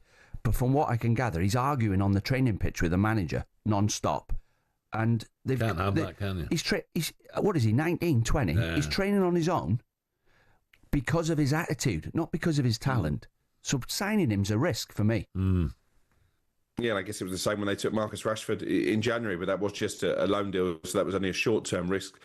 I make you right, though, Dino. If you remember, the Rashford cracks first started appearing when he was left out for the Manchester derby that United won, actually, away from home against City. Garnacho was the other player not selected in the squad that day. Unlike Rashford, he did get a reprieve. He was welcomed back by Ruben Amorim, but I think his antics before and after the Europa League final have really put paid to any hopes of forging a decent relationship with the manager. Morgan Rogers is the one Villa player that I think is off limits to clubs this summer. I think they do need to make a sale in order to balance the books in terms of PSR. Chelsea? It's far more likely they cash in on a Jacob Ramsey. Chelsea are interested in Morgan Rogers, but as I say, I think the message at the moment from Villa is that he is not for sale. And I think he's got to be careful as well, Morgan Rogers, because they've got so many players, Chelsea. Is he a guaranteed starter there in a World Cup year? Yeah. He knows if he stays at Villa, Unai Emery loves him. They're going to build the team around him. I think he's on the plane for the USA. I think leaving at this moment in time would be a risk. Okay, one more, Alex. Isak to Liverpool. Has anything moved on, or is it just still pure speculation? I think a lot of balls in the air when it comes to Liverpool this morning. They would love to sign Alexander Isak. I think they believe he would be a game changer, obviously added to a squad that are already champions of England, looking to retain the title and have a tilt at the Champions League as well. But as we expected, they have now formally registered their interest with Frankfurt in Ugo Ekitike. I guess the question for Newcastle this morning, not just their fans, but Eddie Howe as well, is the best case scenario here that they keep hold of Alexander Isak, but they miss out on another target in Ugo Ekitike. If that does happen and he ends up at Liverpool, and I know Chelsea are watching Ekitike as well, Benjamin Šeško could be next name on the list in terms of a striking target for Newcastle. He's someone Eddie Howe has admired for a long time. Crookie, Oxlade-Chamberlain. There's a name from the past. It is almost a forgotten man. He's been in Turkey for the past couple of seasons, playing for Besiktas. He's back in England as we speak, having come to a mutual agreement to terminate his contract. I think Ole Gunnar Solskjaer, now in charge of Besiktas, ideally wanted him to stay, but he's been keen to get back to England. He's got interest from clubs in this country, and it'll be interesting to see where he pitches up. Will he get a Premier League club, or is he looking at the top end of the Championship? He's only 32, Oxlade-Chamberlain, but obviously he's had issues with injury. He's fit now. He played the whole of the second half of last season. So, yeah, keen to see his next move. Alex, nice one. Thank you very much, Alex Crook. Thanks, there. Alex. We'll keep you updated all show long as day one of the Open is officially underway. Rupert Ding Dong Bell will be right across it for talkSPORT. Loads more reaction to the Lions squad selected to play against the Aussies. Former Lion and World Cup winner Ben Kay will join us later on. Next, though, we'll speak to a star from the world of darts. Superstar Breakfast preview on talkSPORT with Travis Perkins. From excavators to skips or cement mixers to pressure washers, Travis Perkins Hire has all your landscaping needs covered.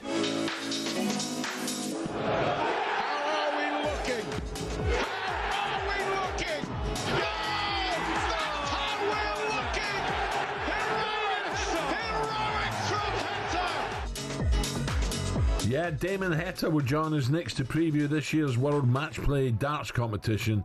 That was a look ahead with our good friends at Travis Perkins. Superstar Breakfast preview on talkSPORT with Travis Perkins. It's easy to hire at Travis Perkins with a Travis Perkins trade account.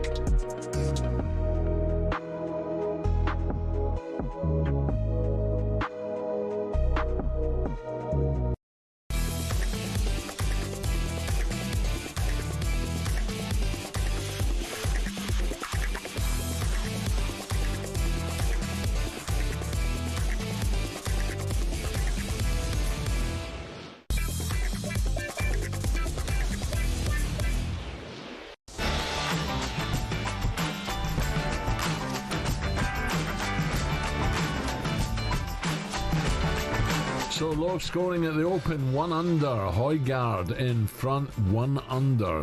Difficult conditions out there, windy, Rough looks strong, very, very high. And those pothole bunkers, I think Padraig just found one there as well, didn't he? Right, here we go. Dean Saunders alongside me. Some of the headlines you're waking up to this morning. British and Irish Lions will field an all-Scottish fly-half and centre trio for the first time in history. Sorry, Dino. When they take on the Aussies in the first test in Brisbane on Saturday.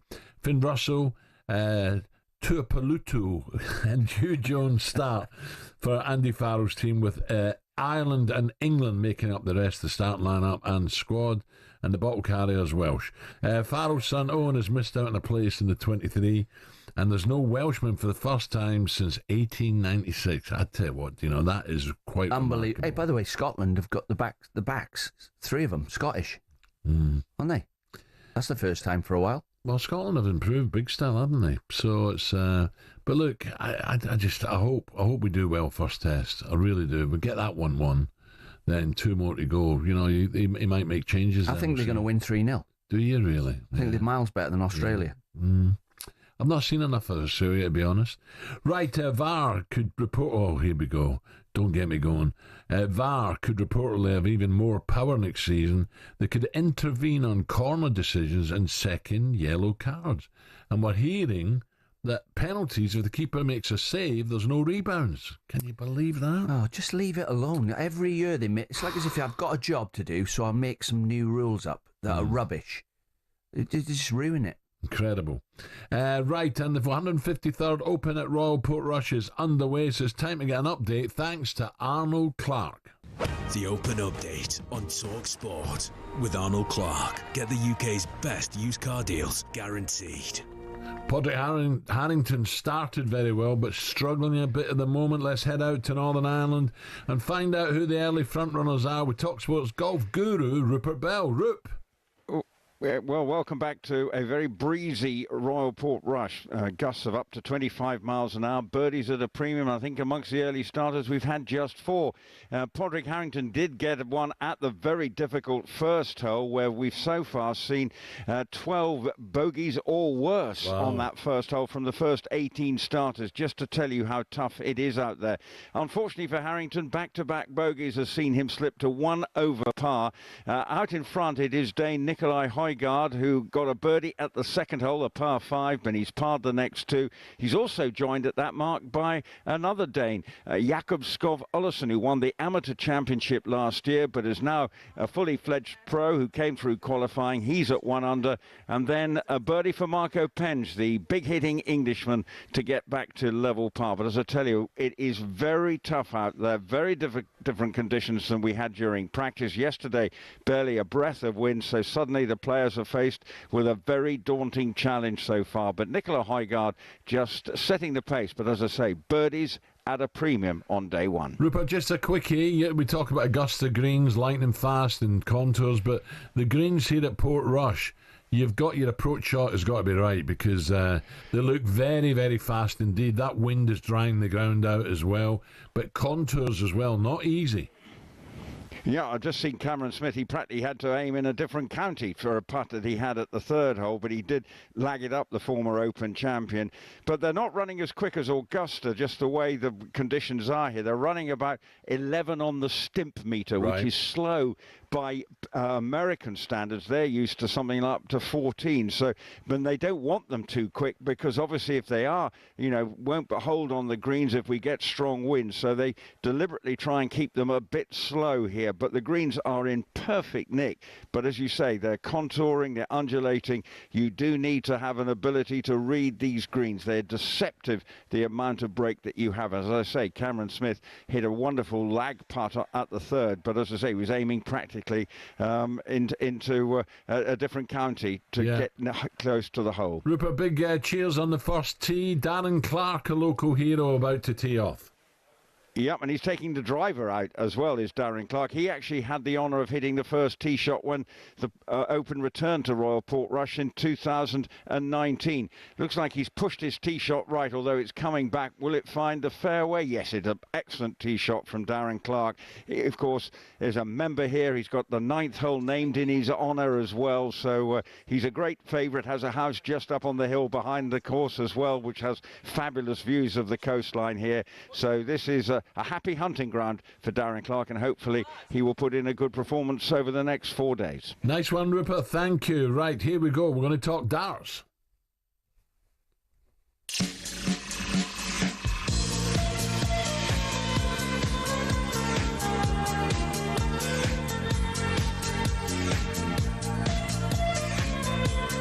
$7.53, the iconic dart music there, because the World Match Play gets underway in 2 days as part of a Supersonic Saturday right here on talkSPORT. Defending champion Luke Humphreys will take centre stage.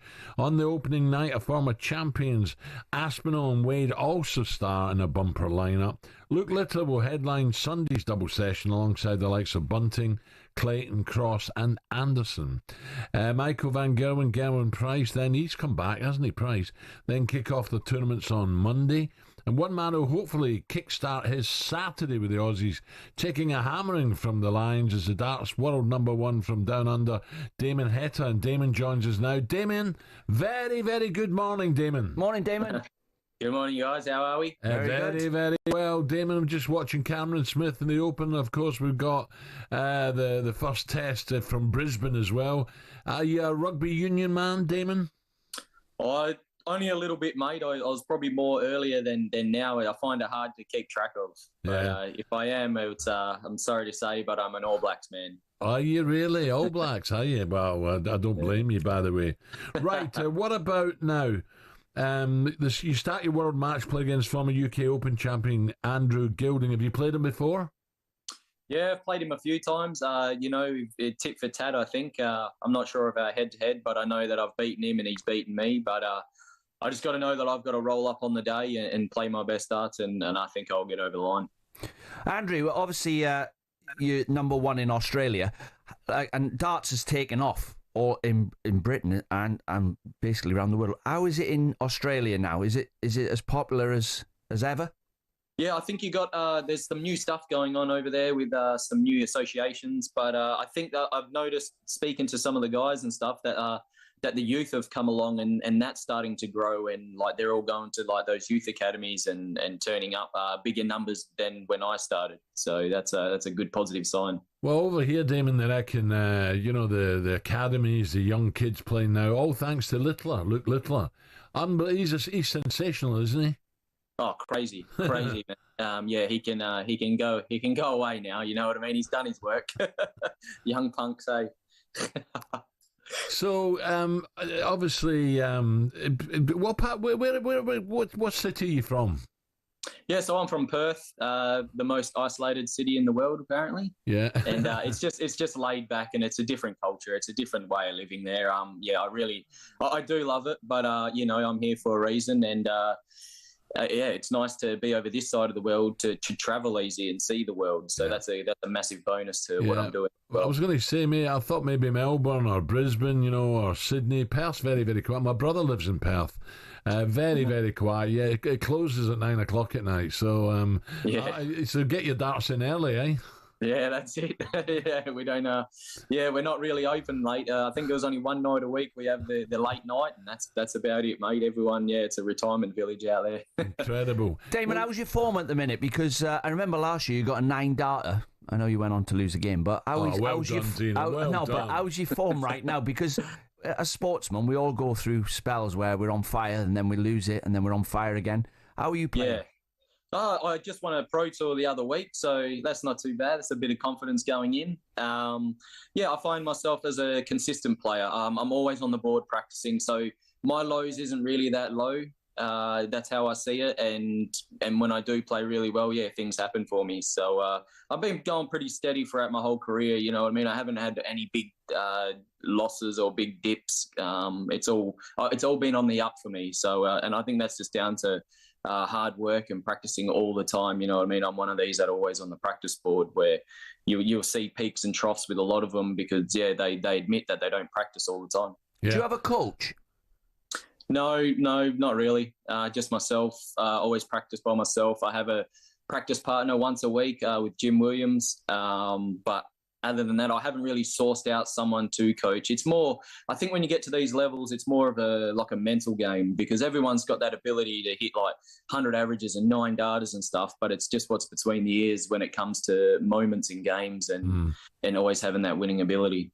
Well, Damon, we wish you well, mate. Great to talk to you, and good luck in the tournament. Thank you. Thanks, Damon. Brilliant. Cheers, guys. Good luck. Damon Heta there taking on, it's going to be interesting, Andrew Gilding. Where are we? Don't forget, you hear the Darts World Match Play across the talkSPORT network and on the talkSPORT Darts YouTube channel now. Up next, we'll head back down under, get some reaction to the First Lions test team and squad with 2003 World Cup winner Ben Kay.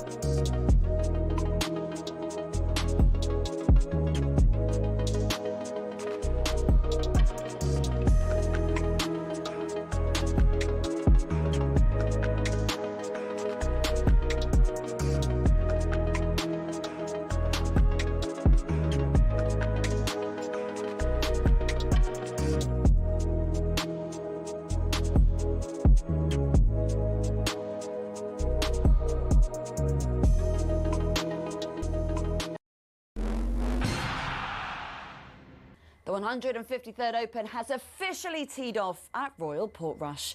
It'll be a mild but wet and windy day in County Antrim as the world's best gather to do battle over the claret jug.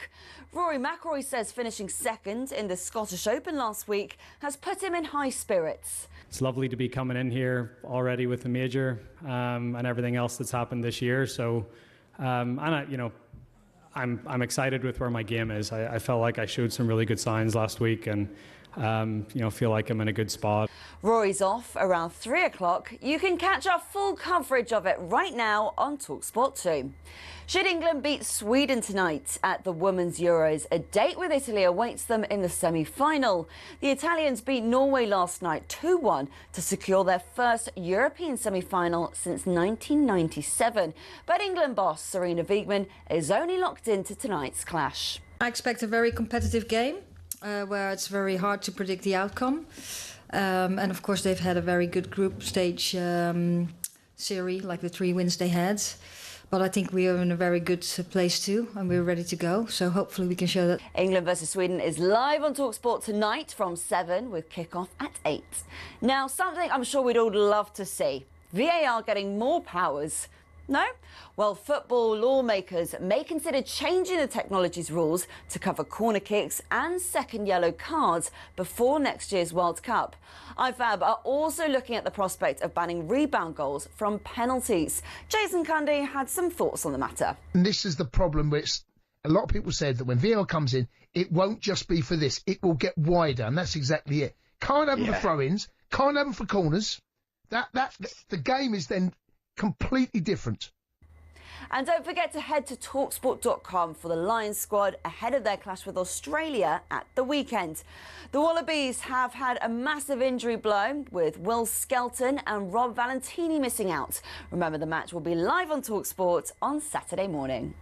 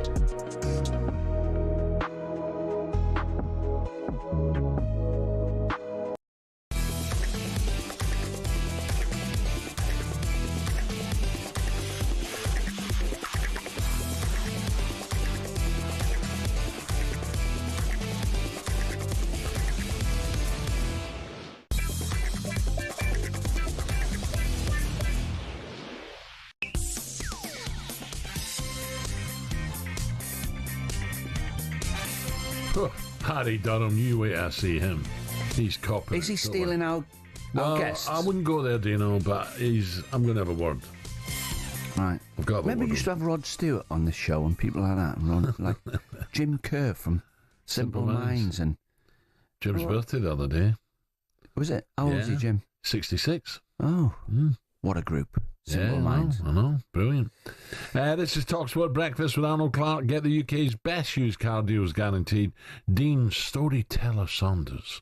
On the way for you this morning, as the 153rd Open Championships in full swing, Andrew Beef Johnson will join us to bring us up to speed with the action so far and will tell us who he thinks might get his hands on that claret jug come Sunday. But conditions are really, really tough. Darren Clark strolling up the first fairway, hands in his pocket, keeping warm. Really cold there. Looks windy, breezy. You look at some of the punters as well, the way they're dressed. So we're going to have rain as well. So it's going to be. I don't think it's going to be. No one's going to burn this course up. That's for sure. And now both Australia and the Lions in the rugby have announced their starting 15s for the first test this Saturday, live on talkSPORT. Australian rugby legend David Campese will tell us how the lineups compare. Qatar Airways Lions Tour Roundup on talkSPORT with coverage sponsored by Tanner Man. Understanding the facts about urine leakage can help you manage it better. Find out more at tannerman.co.uk. Right, it's time to get an update on the rugby in partnership with Tanner Men. Head coach Andy Farrell has named his starting 15 to take on the Aussies this morning, and it's pretty much as expected, I think it's fair to say. But for the first time in almost 130 years, no Welsh players have made the squad. Owen Farrell has also been overlooked, as well as controversial forward Henry Pollock. So let's get more on this. Crossover to 2005, British and Irish Lions, Ben Kay. Ben, a very good morning. Morning, Ben. Morning, guys. Ben, any surprises for you in the 15? Look, I think if you'd mentioned that 15 sort of 2-3 months ago when the team was, or even when the team was first announced, I don't think there would be too many surprises. I think he has very much gone into the tour with an idea of what his first test team will be. Some of the decisions were forced on him. I think Gary Ringrose had a brilliant start to the tournament, really big battle between the Scottish centre pairing and the Irish centre pairing, and the fact that Ringrose was injured probably influenced that in terms of Bundy Aki not playing. Yeah. The back row is the other one that, you mentioned it, no Welsh players in. There is nothing more that Jack Morgan could have done. He has been absolutely unbelievable on this tour. Tom Curry hasn't been his quite brilliant best. I'm a big Tom Curry fan, but I think the level of performances, he's a real coach's player. I think he thinks at test level against the Wallabies, he's the right man. But I would have had Jack Morgan in there. I also would have gone for Chesham ahead of Tyke Byrne on the other side for the same reason. Byrne's a great player, but Chesham has been playing better on this tour. And I wonder whether some of it is down to the leadership aspect, not necessarily just how they play, but just their leadership on the field. If Maro Itoje was to get injured, I think Tyke Byrne would take over the captaincy. So that could have played a part in it as well. So, Ben, we first spoke before the first game, building up to this series, and obviously they've had a few friendly games now. Where do you think the team is at the minute? I mean, if you were the manager, Andy Farrell, from the start, when the first team he picked, to now, has it all fallen into place, ready for the first test? Yeah, I think it has. And we have to remember that it is just the first test. Things will happen. People will get injured. He might change the team depending on how they play for the second test. He might do it tactically. So it is a long series in terms of, it's not like a World Cup final where it's be all and end all. But I think he'll be quite happy with how it's gone. It's always slightly difficult, particularly in Australia, where perhaps the provincial sides, particularly if Australia, as they have done, rest some of their test players and don't allow them to play for the provincial sides. It's not as big a challenge as you're going to get when you go to New Zealand or South Africa and they try and soften you up for the test team. That's never been the Australians' real mindset for how they play. They play the game differently. It's all about, attacking rugby and things. So I think what that has meant is there hasn't been that pressure in the games, and at times, the poorer performances against the Brumbies and the Waratahs, they always felt comfortable, the Lions. They never felt they weren't going to win those games. And that, sometimes you need that pressure and fear of losing to bring the best out of you. So I think he'll be happy with where they are going into this weekend. And I certainly, looking at the Wallabies side, would make the Lions favourites. Ben, I'm not winding Dino up here, but he's been crying all morning. No Welsh in the side. Why is that? What has happened to Welsh rugby? Well, I mean, the simple answer is because they've just ended their 18-game losing streak, against Japan. I've got a load of Welsh mates who delighted in having been silent on WhatsApp for recently. Said, at least we're going into the Autumn Nations series unbeaten with a run of one now. But that's the sole reason. I mean, whether it's down to the Welsh Rugby Union and the turmoil that they've been in around, funding the game and bringing the next generation through, or whether it's, you can put it down to sort of coaching philosophies. I don't really know. There's certainly some good Welsh players around. The quality's just not there quite in depth at the moment. And Wales, probably because of the pride the nation have overperformed in recent years. You look back to those glory years and how they dominated the Six Nations and things. They probably have slightly overperformed, but that was always the great thing about the Welsh. And the worry, I think, is with being a smaller country, if you don't have that. When I grow up, I want to play rugby for Wales, and people are saying, I want to go and play football for Wales, then how do you bring through that next generation? Yeah. Ben, nice one. We look forward to it, Ben. Thanks, you. Ben. We'll talk later. Thank you very much, Ben K there. It is a worry, Dino, isn't it, when you think about it? Well, do you know what comes to mind there? Yeah, well, it's like any business, Al. If the generals and the colonels don't get it right, which he means the Welsh Rugby Union, the turmoil they've had at the top, it finds itself on the shop floor. So we're actually witnessing it now, because it's not right at the top. It's gone onto the pitch, and the players. How can we go 18 games without winning? No, Wales. No, it's a national sport. And then he did mention sort of the Gareth Bale effect. Yeah, I want to be a footballer now. Yeah, but before that, you'd Russia, you'd Giggsy, yourself, people like that. I don't. He's another level, though, Gareth Bale. What he's done for the country is unbelievable. They should build a statue of him. He got us to the World Cup on his own, and the Euros on his own. Yeah. No disrespect to the other lads, but they'd all say the same. Yeah. Brilliant. He's a freak of nature. Now, we've touched on it this morning. Rebounds from penalties could be scrapped by next year's World Cup finals. Here we go again. VAR. And VAR checks for second yellow cards and corners could also be brought in as football lawmakers, tubes, consider more radical changes. 03717223344. Give us a call this morning and have you say, would that be a useful new power for VAR? Or, like me and Dino, do you think it's another step to killing the beautiful game?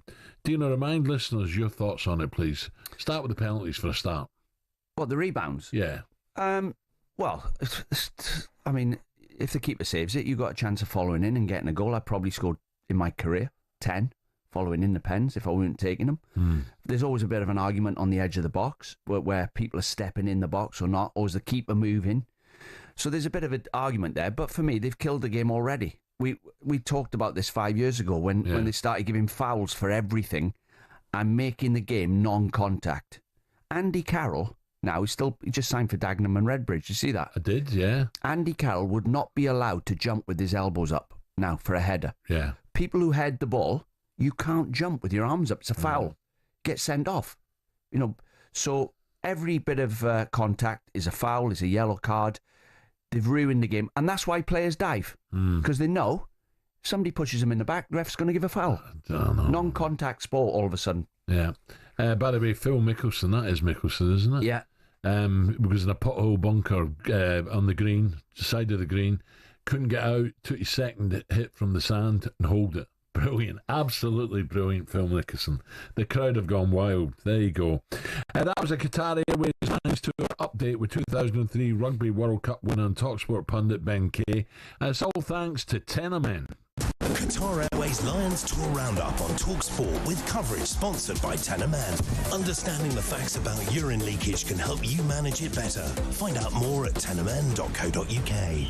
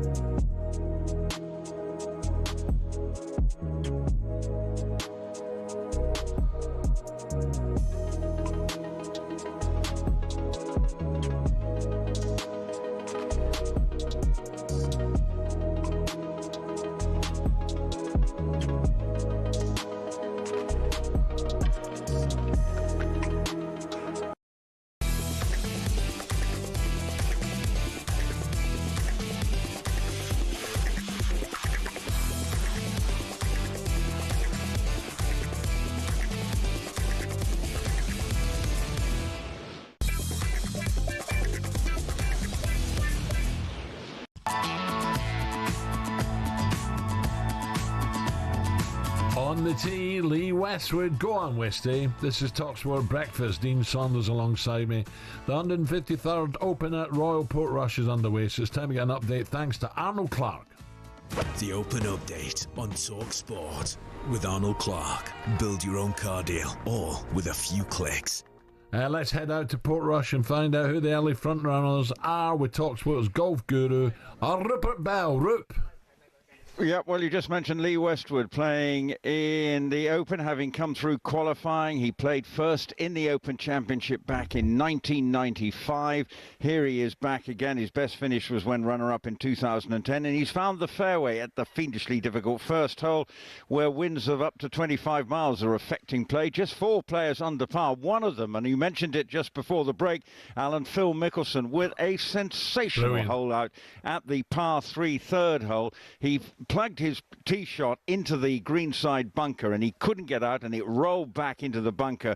But he is a magician, and then he produces a bit of magic with this bunker shot that he rolled in and curved into the hole, and alarms aloft, and he stays at 1 under par, having had a birdie at the second hole. Other players on that mark, Nicola Højgaard, and also his fellow Dane Jakob Skov Olesen, and Australian Lucas Herbert opened up with a birdie at the first hole. But as I say, very difficult conditions today.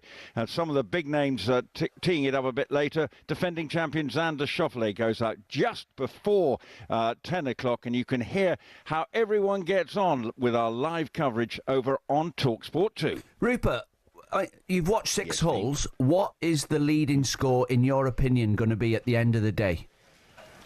Is it going to be 3 or 4 under, probably? So that's tough. That's tough conditions.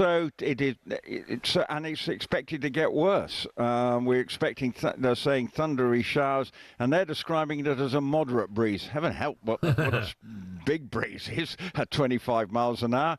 But, and as I say, players struggling to make the fairway. Podrick Harrington, after that birdie at the first, he's found it a bit more difficult. Many other players are finding it a very testing start to proceeding. As I say, the weather is expected to deteriorate in terms of a few maybe heavy showers and downpours throughout the day. So if anyone gets to 3 or 4 under, they will be very pleased with their day's work. Rupert, just watching the driving range as well, for the golfers are walking to the first tee. A lot of them, I'm no expert, but it looks as if they're playing, they're taking low irons and trying to keep the ball low with this strong breeze in their face. Well, this is absolutely the key. Bob McIntyre referred to that in his press conference. The key here is if you're a high hitter, which is obviously more favoured what the Americans tend to be, you are going to be scuppered, and that's why they're all trying to hit these low ball flights so that the wind doesn't just send your ball in all sorts of different directions. And that's the key to playing links golf in the wind, is to keep the ball low and run it up, and that's the creativity that is required to get close to these very difficult greens. There's runoff areas. It's going to be a supreme test of patience in these testing conditions. You mentioned McIntyre there, and you've got Darren Clark, Rory McIlroy, Shane Lowry, all brought up on links courses playing in the wind, and Padraig.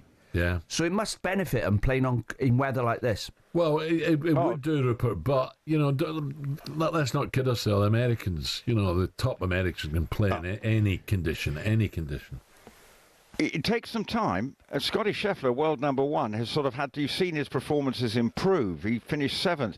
Yes, he can dominate over in the States, but he does need to learn how to adapt his game, of which he is more than capable of and is proving it. So I'm sure he won't be far away come the end of the week, but as he gets to grips with the conditions. But someone like Bob McIntyre, he brought up at Glen Cruton Golf Club just outside Oban, where I actually learned how to play the game. But as Dean knows, unfortunately, it's a bit scrappy, my game. What were you doing out there in Oban? He's learned how to cheat there. What were you doing in Oban? Well, we did. I used to spend my summer holidays there. We had a house up there, if that's all right, just at Loch Fiochan. Loch Fiochan, it was where we had a house, and I spent all my teenage summers up in Scotland. What big house was it, Rupert? Do you need a taxi to get to the end of the drive? It was a very long drive to get there. You were absolutely right. It was right on the Rupert, you're just a posh git. There's no doubt about it. Well, I can't deny it. Normally they call me something else, but the Gits rack sounds like a compliment from you, Alan. Well done, Rupert. Brilliant. Listen, Lee Westwood hitting his second shot to hole 1. Westwood off the tee is just magnificent. It looked right in the middle of the fairway, Dino. Fantastic. And it wouldn't surprise me if Lee is up there come the end of the day. I really, he still strikes it beautifully. If he can just get his putting going, I've got to be careful. I repeat that a lot. I shouldn't do that. Look at that for a second shot. A real great birdie opportunity from Westwood. Go on, Lee. But when he came on with us, he was saying he's hitting the ball 15 yards further than he was 15 years ago. Brilliant. So with the driver and the ball changes.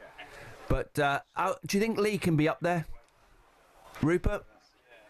He's gone. Has he gone? He's gone for a coffee, yeah. He's on the range. Played a great shot there. A great shot. Podrick shaking his head there. He's not happy. Live coverage, by the way, is ongoing over in talkSPORT 2. Time now. Can we get the latest odds with Simon Clare? The Coral Daily Download on talkSPORT with Coral. We're here for it. 18 plus, begambleaware.org. It's unbelievable, isn't it, Rupert? He's a dark horse, honestly. Simon, a very good morning. Good morning, guys. Simon. Describing Rupert as a posh git is like describing water as wet, isn't it? I mean, it's like literally... Simon, this is going to be your odds makers. They're going to make the money. They're going to work for the money, because this is so difficult on the early hours of day one here up at Royal Portrush. Well, it is. I mean, I think it's fascinating viewing. It looks really tough, doesn't it? That first hole. I mean, Harrington managed to birdie it. The greens are quick. The balls are, the wind's blowing. Yeah, it's going to be fantastic. I mean, look, we've got Scheffler is the favourite at 11-2. Rory now back into form. He's 6-1. Then John Rahm at 12, and likes of Schauffele at 20, and Tommy Fleetwood 22. But like you said, you are sort of half. It looks like the sort of chaotic Open that we used to remember, which could bring in people at big prices. I mean, Lee Westwood's 400-1. He finished fourth at this course in the Open 6 years ago. Obviously, he's 6 years older, guys. But like you said, it could be. There's always somebody who shows up a long way, doesn't there, at a huge price? And could it be Lee?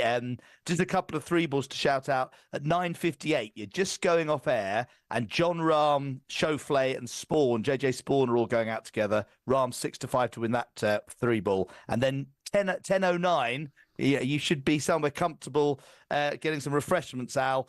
Evens, Scheffler, Morikawa, Lowry all going out. Even money Scheffler to win that three ball at 9-4 Lowry. And then you wait till this afternoon to see Rory, 3-10. What a four ball this is. Rory McIlroy, he's 11-10 to beat Fleetwood and Justin Thomas. So, yeah, it's definitely a day to sit back and... Simon, 9:25 as well. Matthew Fitzpatrick, I was talking to Dean in the break there. He's finding good form at the moment. It wouldn't surprise me if he opens up well. Yeah, Matthew Fitzpatrick, he's in good form, isn't he? I think he's favourite to win that three ball. And he's about 33-1 in the outright betting. Bob McIntyre, I think Rupert mentioned, he's someone I quite fancy. He's a links golf player, the Scottish player in good form. He's 33-1. Yeah, listen, it's going to be absolutely brilliant. Are you going to be watching this for the next few days, Al? I will be. I'm taking some lovely people out for lunch today up at the Shard, so I look forward to that. But then you might not see them again. Later on, I will be watching the golf. I love it. Somewhere around London Bridge, find a little bar with the TV on. I might go back to Canary and just, I've got a big weekend coming up. I've got a gig in the garden at Chris Evans' his sprawling manor on the banks of the Thames. I'm looking forward to that. That's Friday, Saturday, Sunday. Oh, dear. Simon, back to the golf a second. Rory's not teeing off till 3 o'clock. When he's setting the odds, obviously the forecast is going to get worse. So do you take that into account? Well, funny enough, generally no. I mean, because I suppose that the thinking is that over the 4 days, you never know how the luck's going to play for all the golfers, But you're right. I mean, looking at the sort of the day one betting, you can bet on first round leader, for example, and you might want to favour one of the players going out early, for example. So I'm just looking now at the first round leader. So the first round leader betting, we have Scheffler at 14s, Rory 18s, but you might want to be looking down the list, someone who's going out early and back them instead, So I suppose, Nicola Højgaard is already the lead, is 28-1 already, because it might be someone who goes out in the first hour that holds the lead overnight. Not long to Glorious Goodwood, Simon. The Sussex Stakes, the big one. And also, I think my favourite might be a bit of Whispering Angel down there.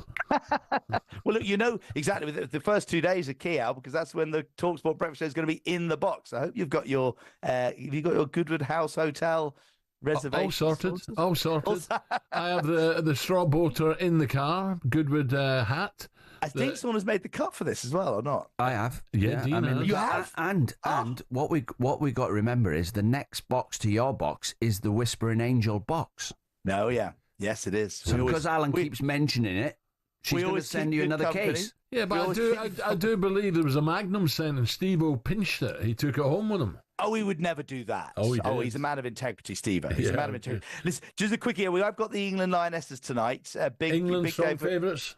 But they're favourites, but it's tight because Sweden are fourth favourites for the tournament. It's 5-6 Spain, drawn last couple of times, I think. Yeah, 7-1 France and 9-1 Sweden. So it's 5-4 England, 7-4 Sweden. Sorry, 9-4 Sweden in the outright betting, in the 90 minutes betting, and it's 6-5 Sweden, 8-13 England to go through. So fingers crossed the Lionesses can get through to that semi-final. Simon, quick one: Usyk against Dubois. I think this is going to be fantastic. Yeah, this is going to be. I mean, I was there when Dubois shocked everyone by beating AJ. The atmosphere at Wembley that night was extraordinary. He's the outsider. He's 5-2 to beat Usyk, 1-3 Alexander Usyk. But I don't know. There was something about, eventually this great champion Usyk is going to get beaten. They always do. Could it be on Saturday night by Dubois? Could be. Could he shock the world again? I don't know. Could be. And obviously we've got the Lions against Australia again on Saturday morning. So Brilliant. Lots of great sports to look forward to, guys. Simon, enjoyed today's golf. Thank you. I will do. Thanks, guys. Simon. There you go. That was a look at the latest odds. All thanks to Simon Clare. Coral, 18+, gambleaware.org. Up next. The Coral Daily Download on talkSPORT with Coral. We're here for it. 18+, begambleaware.org. Up next, we'll hear from Andy Farrell on just how tough it was to whittle his long list down to a starting 15 on match day 23.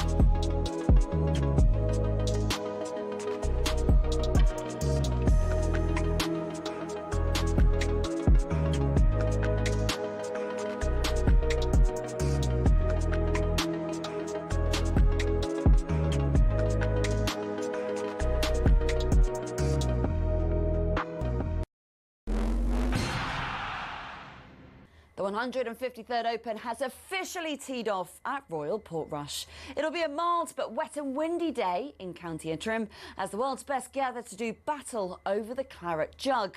Rory McIlroy says finishing second in the Scottish Open last week has put him in high spirits. It's lovely to be coming in here already with the major and everything else that's happened this year. So, I'm excited with where my game is. I felt like I showed some really good signs last week and, feel like I'm in a good spot. Rory's off around 3 o'clock. You can catch our full coverage of it right now on talkSPORT 2. Should England beat Sweden tonight at the Women's Euros, a date with Italy awaits them in the semi-final. The Italians beat Norway last night 2-1 to secure their first European semi-final since 1997. But England boss Sarina Wiegman is only locked into tonight's clash. I expect a very competitive game where it's very hard to predict the outcome. And of course, they've had a very good group stage series, like the 3 wins they had. But I think we are in a very good place too, and we're ready to go. And don't forget to head to talksport.com for the Lions squad ahead of their clash with Australia at the weekend. The Wallabies have had a massive injury blow with Will Skelton and Rob Valentini missing out. Remember, the match will be live on talkSPORT on Saturday morning.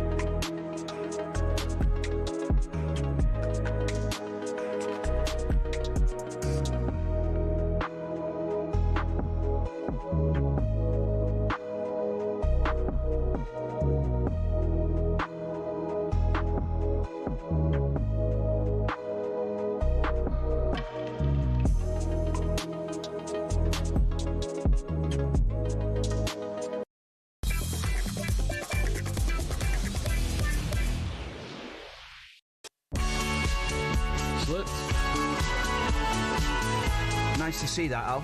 Golfers slipping and shanking it like we do. That was one of my shots, that was. Are you playing golf yet? No, but I'm going to start. I'm going to pop a few pills for the knees and have a go. Yeah, I'm missing it, especially now I'm watching the Open. I'm thinking I've got to start playing again. Right, talkSPORT Breakfast with Arnold Clark out. Buy a car and opt into Arnold Clark Rewards to enjoy access to great giveaways and everyday perks. Dean Saunders alongside me now.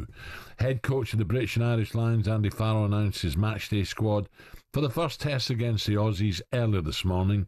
In his press conference just a couple of hours ago, talkSPORT's rugby correspondent down under, Alfie Reynolds, asked Farrell how different this 15 is from the one he had in mind when he picked his initial squad. How close is this team to the one that you first jotted down many weeks ago?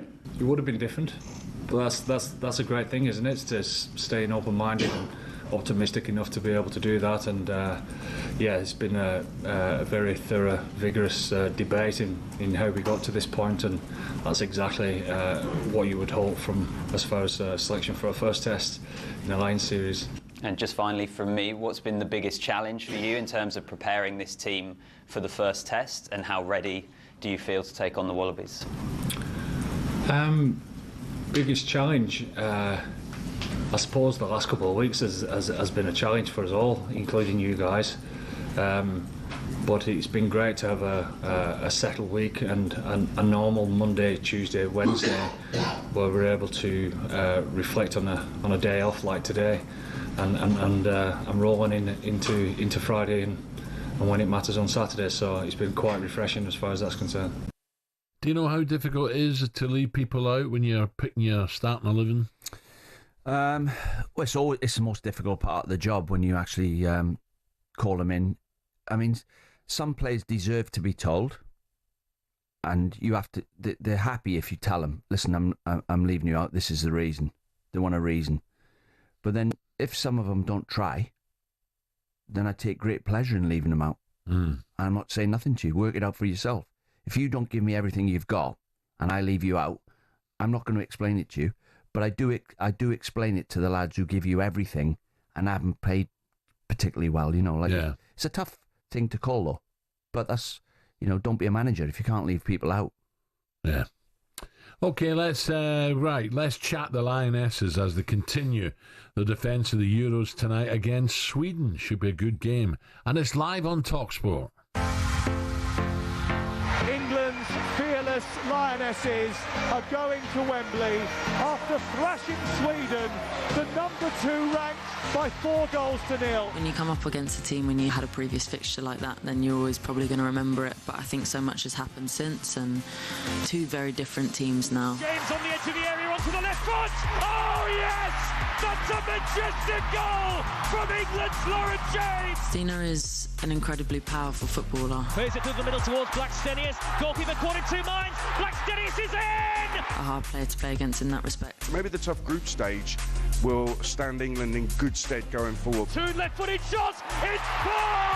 We had to learn to be our proper England again straight away after that France game, and I think ready to bring that to the rest of the tournament. Another shot at history for the Lionesses, and every kick right here on talkSPORT. Yep, Italy will be waiting for either of these two teams in the semi-finals after they beat Norway yesterday. But Lioness boss Sarina Wiegman is very wary of a dangerous Sweden before that game. Well, I think they're really together. It's a powerful team. They always have a very clear tactical plan, and they execute that always very good. And they have some threats up front, of course, and with the counter-attack, but also when they want to go in behind. And they have some height too in the team. Right, for more on this, we're joined by former Arsenal England forward Leanne Sanderson. Leanne, a very good morning. Morning, Leanne. Morning, guys. Lovely to see you as always. Leanne, it's an interesting one, this is. Last couple of times England-Sweden ended in draws. Should England beat them, in your opinion? It's going to be probably the most difficult Sweden we've come up against, to be honest. They're in really good form, coming off a fantastic result against Germany. But I think the Lionesses in this group of death that they were calling it, with the Netherlands and France and Wales, I think after that first game against France, we kind of, kicked into gear against the Netherlands. And genuinely, I believe the Lionesses, seem to get better as the tournaments go on. I've been interested to see, obviously the last tournament that we won was in England. Everybody was falling in love with the Lionesses during the tournament. And I think the fact that it's in Switzerland, the crowds have been fantastic. The Lionesses fans have been coming out in their numbers, but it's not going to be easy. Those of us that were there, those of us who remember that game, 3 years ago at Bramall Lane when Alessia Russo scored that back heel, which was a fantastic goal. But I don't think it's going to be easy. A lot of these players know each other. Leah was talking there in that interview about Stina Blackstenius, Arsenal teammate. So there's a lot of players that know each other in this team. It's not going to be easy. I imagine they'll be confident going into the game, Leanne. I mean, it don't seem like 5 minutes ago where that they beat them 4-0. I think Beth Mee scored, Lucy Bronze scored, Russo scored, and then with that the back heel, Frank Kirby got the other one, and 2 draws since. So they're playing well at the minute. They beat Wales. They should be confident going into this game. Yeah, they should be, but I think, ultimately, when you are the best at this moment in time, we are the best in Europe, we're the reigning champions, everybody wants to beat us. I personally think Spain are the team to beat. Watching that game last night, I did the game for talkSPORT on commentary, Italy versus Norway, and genuinely, the bracket that England are in by coming second in the group, it's not an easier route to the final, but somewhat we miss out Spain until we get to the final. So, and I do think those 2 teams are beatable, but we have to beat what's in front of us. I feel confident that the Lionesses can do it, but like I said, it's not going to be easy. They have really good individual players. I think the first 15-20 minutes are really crucial. I imagine Serena Bigman will keep the same team as she's kept the last 2 games. She changed it after the first game against France because it didn't quite work. But for me, I just felt it was an off day for everybody in the game against France. And it happens, doesn't it? Everybody has an off day. We bounce back again against the Netherlands, and I think we're in a good spot right now. What about the French, Leanne? Have you been impressed with France? Yeah, I think, they've got top players. They have a lot of strength in depth. The fact they've got one of the best forwards in the world in Diani, and she's on the bench, just about speaks true. The problem with the French team, Alan, is there's a lot of talk off the field. They've left out 3 really top players in Wendy Renard, Le Sommer and Kenza Darley going into this tournament. And the managers turned around and said, in other words, they're too old to go, which I don't necessarily agree with that. So, but I think this French team have the quality, no doubt they do. I still don't fear them in the way that I fear this Spain team. I think you look at the Spanish side, they are the team to beat. They've got the best players in the world. And I think, England at this moment in time, we are not the best in the world, but we're showing good signs of that. And they're definitely doing something right in Spain, aren't they, Dino? Women and men's. Well, they look head and shoulders above everybody. I don't know what Leanne thinks, Spain. France obviously stole the ball off England. It was a bit of a self-destruct about that performance as well. But they're obviously a good team, sharp, good, quick wingers. But what's the danger tonight then, Leanne? Who are the danger players for Sweden?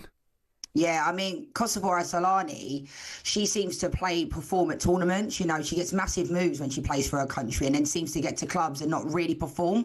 But she's their captain. She leads this team. Angadal, Stina Blackstenius, Johanna Rytting-Kaneryd, a lot of these players play for Chelsea and Arsenal, so they won't be strangers to a lot of these Lionesses team. And I think it will be a different game to the way it was 3-4 years ago at Bramall Lane when we beat them 4-0. I think this Swedish team have always had individuals, but they never quite had the quality. And that fear factor, I don't think teams fear playing against Sweden, but I think this game tonight, if we can get this one over the line, I think it puts us in good stead going into the semi-final, because I genuinely fancy our chances against Italy. Yeah, it's going to be great. Enjoy, Leanne. Thank you very much. Keep up the good work. Guys. Thank you. Okay, 8:42. Dino, anything happening? Any moves? Nope, still 2 under Hoyland, isn't he? Højgaard, sorry, 2 under. Yeah, there's only 5 players under par, so it shows how tough it is out there. Darren Clark's level par. Dustin Johnson, has he just arrived? Yeah, he's 1 under. He's an old champion. Oh, he was playing on player, Live. Yeah, he's been very quiet. Can you remember when he got interviewed on Live and they were doing the full swing about Live? Sorry, they were on the full swing, and the fella said to him, "Why have you gone to play on the Live?" He went, "You people presume I like playing golf." He said, "I don't. It's just my job." He said, "So they've offered me half the work for treble the pay." He said, "I'd be mad not to take it."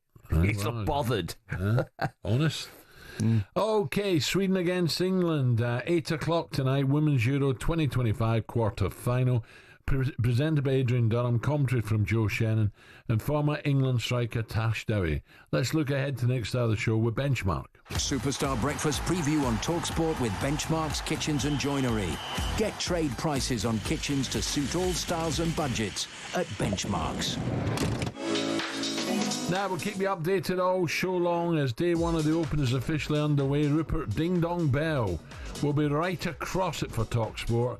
Some boxing chat later on. We're just 2 days away from a massive heavyweight clash. It's my time, my era. Send a message out to all the other fighters out there, all the heavyweights out there.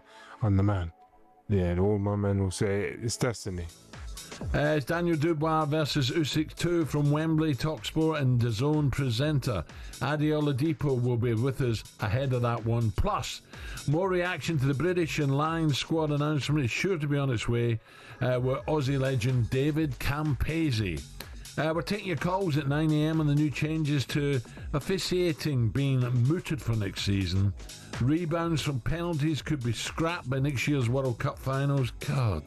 And VAR checks for second yellow cards and corners could also be brought in as football lawmakers consider more radical changes. 03 717 223344. Is it time to just leave the beautiful game alone and stop all these stupid changes? That was our breakfast preview with Benchmark. Superstar Breakfast preview on talkSPORT with Benchmark's Kitchens and Joinery. All our Benchmark's kitchen doors come with a 5-year guarantee. Terms and conditions apply.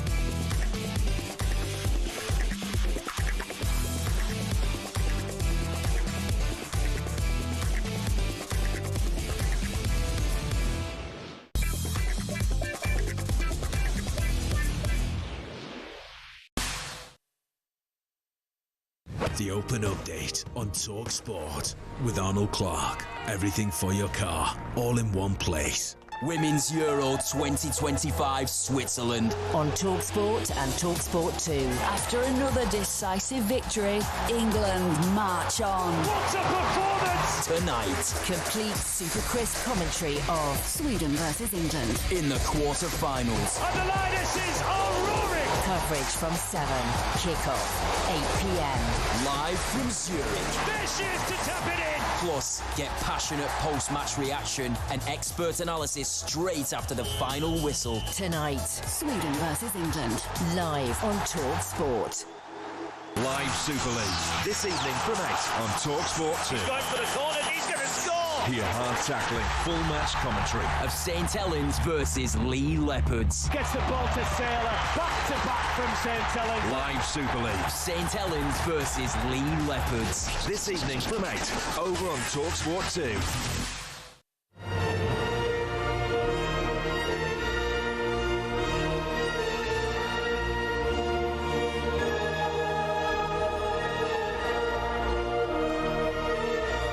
Don't tell me, not only Andy Welsh, you're not trying to say we're dinosaurs. This is Jurassic Park, isn't it? I believe so. I've not seen it, but I think so. So what's this all about then, Alan? I've no idea till I read it. This is talkSPORT Breakfast. Dino alongside the Jurassic Park theme tune there, which we're playing because a dinosaur fossil sold for £20 million yesterday. £20 million? That's ridiculous, isn't it? Who bought that then? Does it say? The auction house in America had last month projected an estimated value of between 3 and 5 million for the juvenile Ceratosaurus, a carnivorous reptile that prowled North America 150 million years ago. Ceratosaurus. I think I know her. Dinosaur. One bidder went above and beyond and now owns a £20 million skeleton of a dinosaur. What? I don't get that. Well, unless they stick it in a museum and charge people £100 to come in and see it, and he gets his money back in about 5 years. It's obviously, he's probably, whoever's bought it, he or she, has probably got, 100 million, 200 million. It's all relative. But how do people accumulate that much wealth is beyond me. Well, it's just, they've inherited a lot of it, supposedly. Like Rupert. Rupert's inherited millions, hasn't he? Rupert. Probably. He's got, how much land's he got? He still walks about like selling the big issue with his pencil.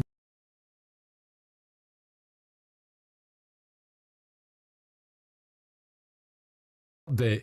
Thanks to our friends Arnold Clark.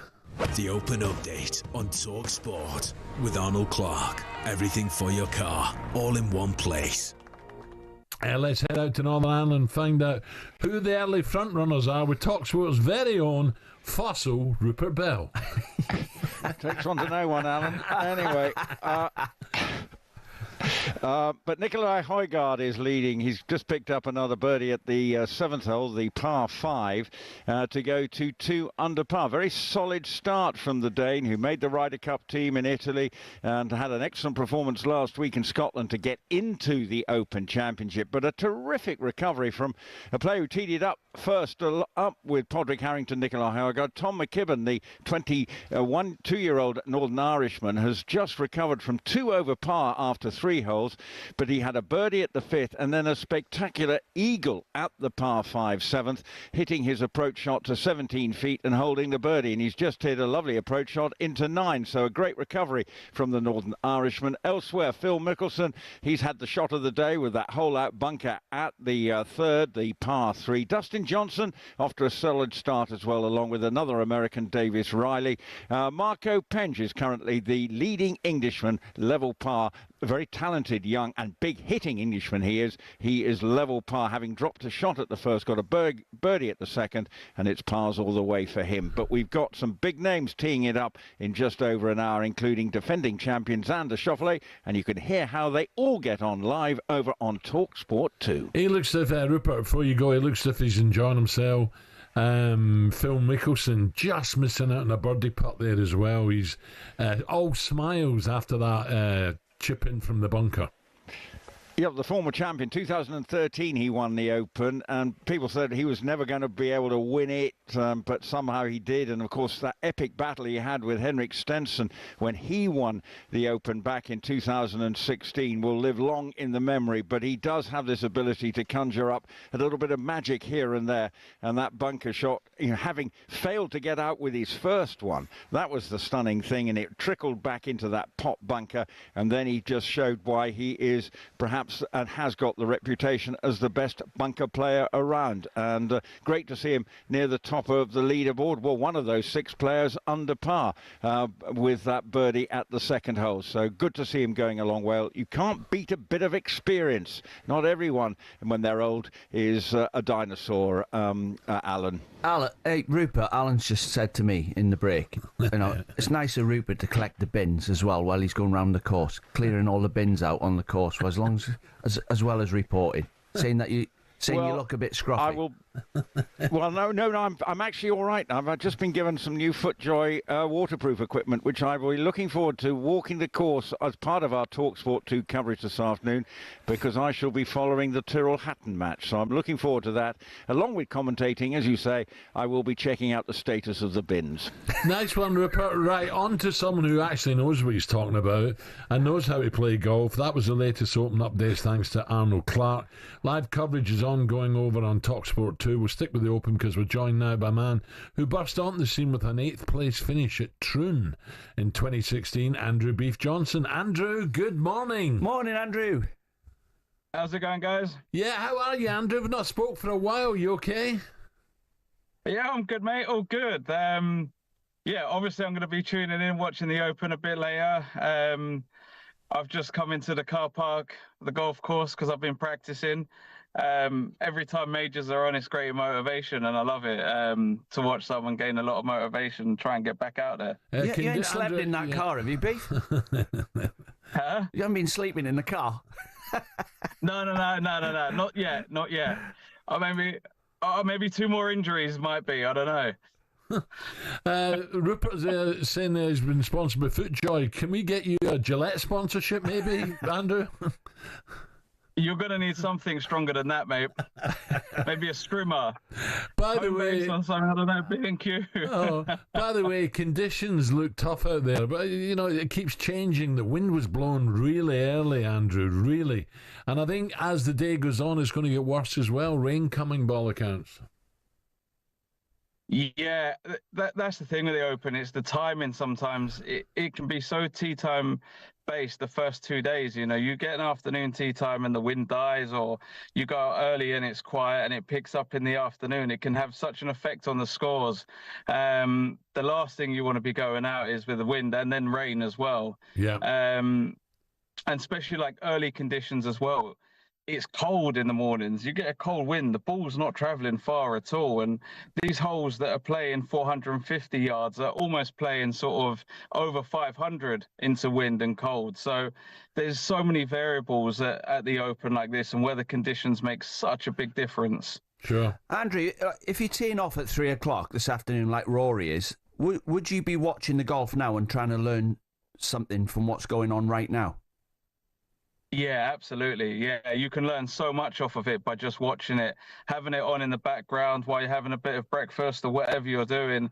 You get to see some of the pin positions, the way the wind's playing. You could be watching guys hitting shots, and where not to miss it sometimes, where someone's hit it and go, everyone's coming up short on this hole. So when I get there, I need to make sure that my clubbing's right. The way putts are rolling out, you can gain so much info by just watching it with a late tee time. Andrew, just a quick one. Scotty Scheffler made the headlines on Tuesday, questioning what the point of winning golf tournaments is, even threatened to walk away from the sport if it affected his home life. Was that strange on the the eve of the Open Championship to come out with something like that, or is he just being frank and honest? I think he's being frank and honest, and I was trying to understand what he said, and I listened to it a few times, and I generally think like within all sport, within all life, right? You guys, football is your life, but there's bigger things outside of sport. when it comes to the real sort of important stuff. And I think that was his message he was trying to get across. And he loves playing, loves competing. But at the end of the day, there's bigger things to life than golf and playing sport. And I think that was his point he was trying to get across, even though it seemed maybe a little bit more complicated than that. Sure. Yeah, no. Andrew, look, great to talk again. Thank you very much. Talk later. Thank you. Thanks, Andrew. Cheers, guys. Andrew Beef Johnson there finished 8th back in the 2016 Open. Up next, we'll take your calls on those reports this morning, and this is really disappointing, that penalty rebounds may be scrapped next season, along with other adjustments. Yeah, we're talking VAR.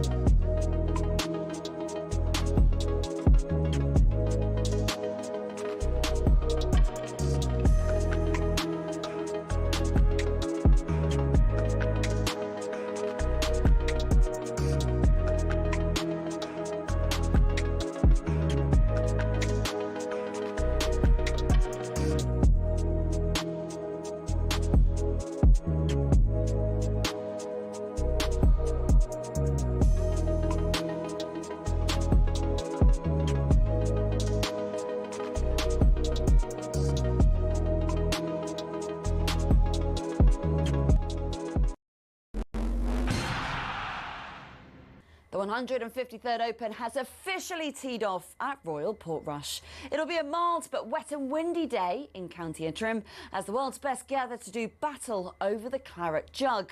Rory McIlroy says finishing second in the Scottish Open last week has put him in high spirits. It's lovely to be coming in here already with the major and everything else that's happened this year. So, I'm excited with where my game is. I felt like I showed some really good signs last week and, feel like I'm in a good spot.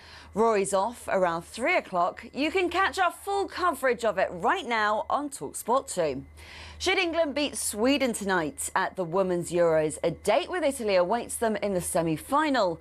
The Italians beat Norway last night 2-1 to secure their first European semi-final since 1997. But England boss Serena Wiegman is only locked into tonight's clash. I expect a very competitive game where it's very hard to predict the outcome. And of course, they've had a very good group stage series, like the 3 wins they had. But I think we are in a very good place too, and we're ready to go. So hopefully we can show that. England versus Sweden is live on talkSPORT tonight from 7 with kickoff at 8. Now, something I'm sure we'd all love to see. VAR getting more powers. No? Well, football lawmakers may consider changing the technology's rules to cover corner kicks and second yellow cards before next year's World Cup.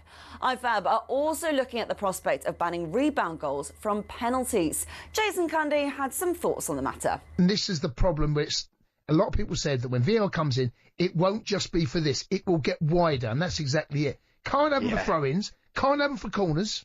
The game is then completely different.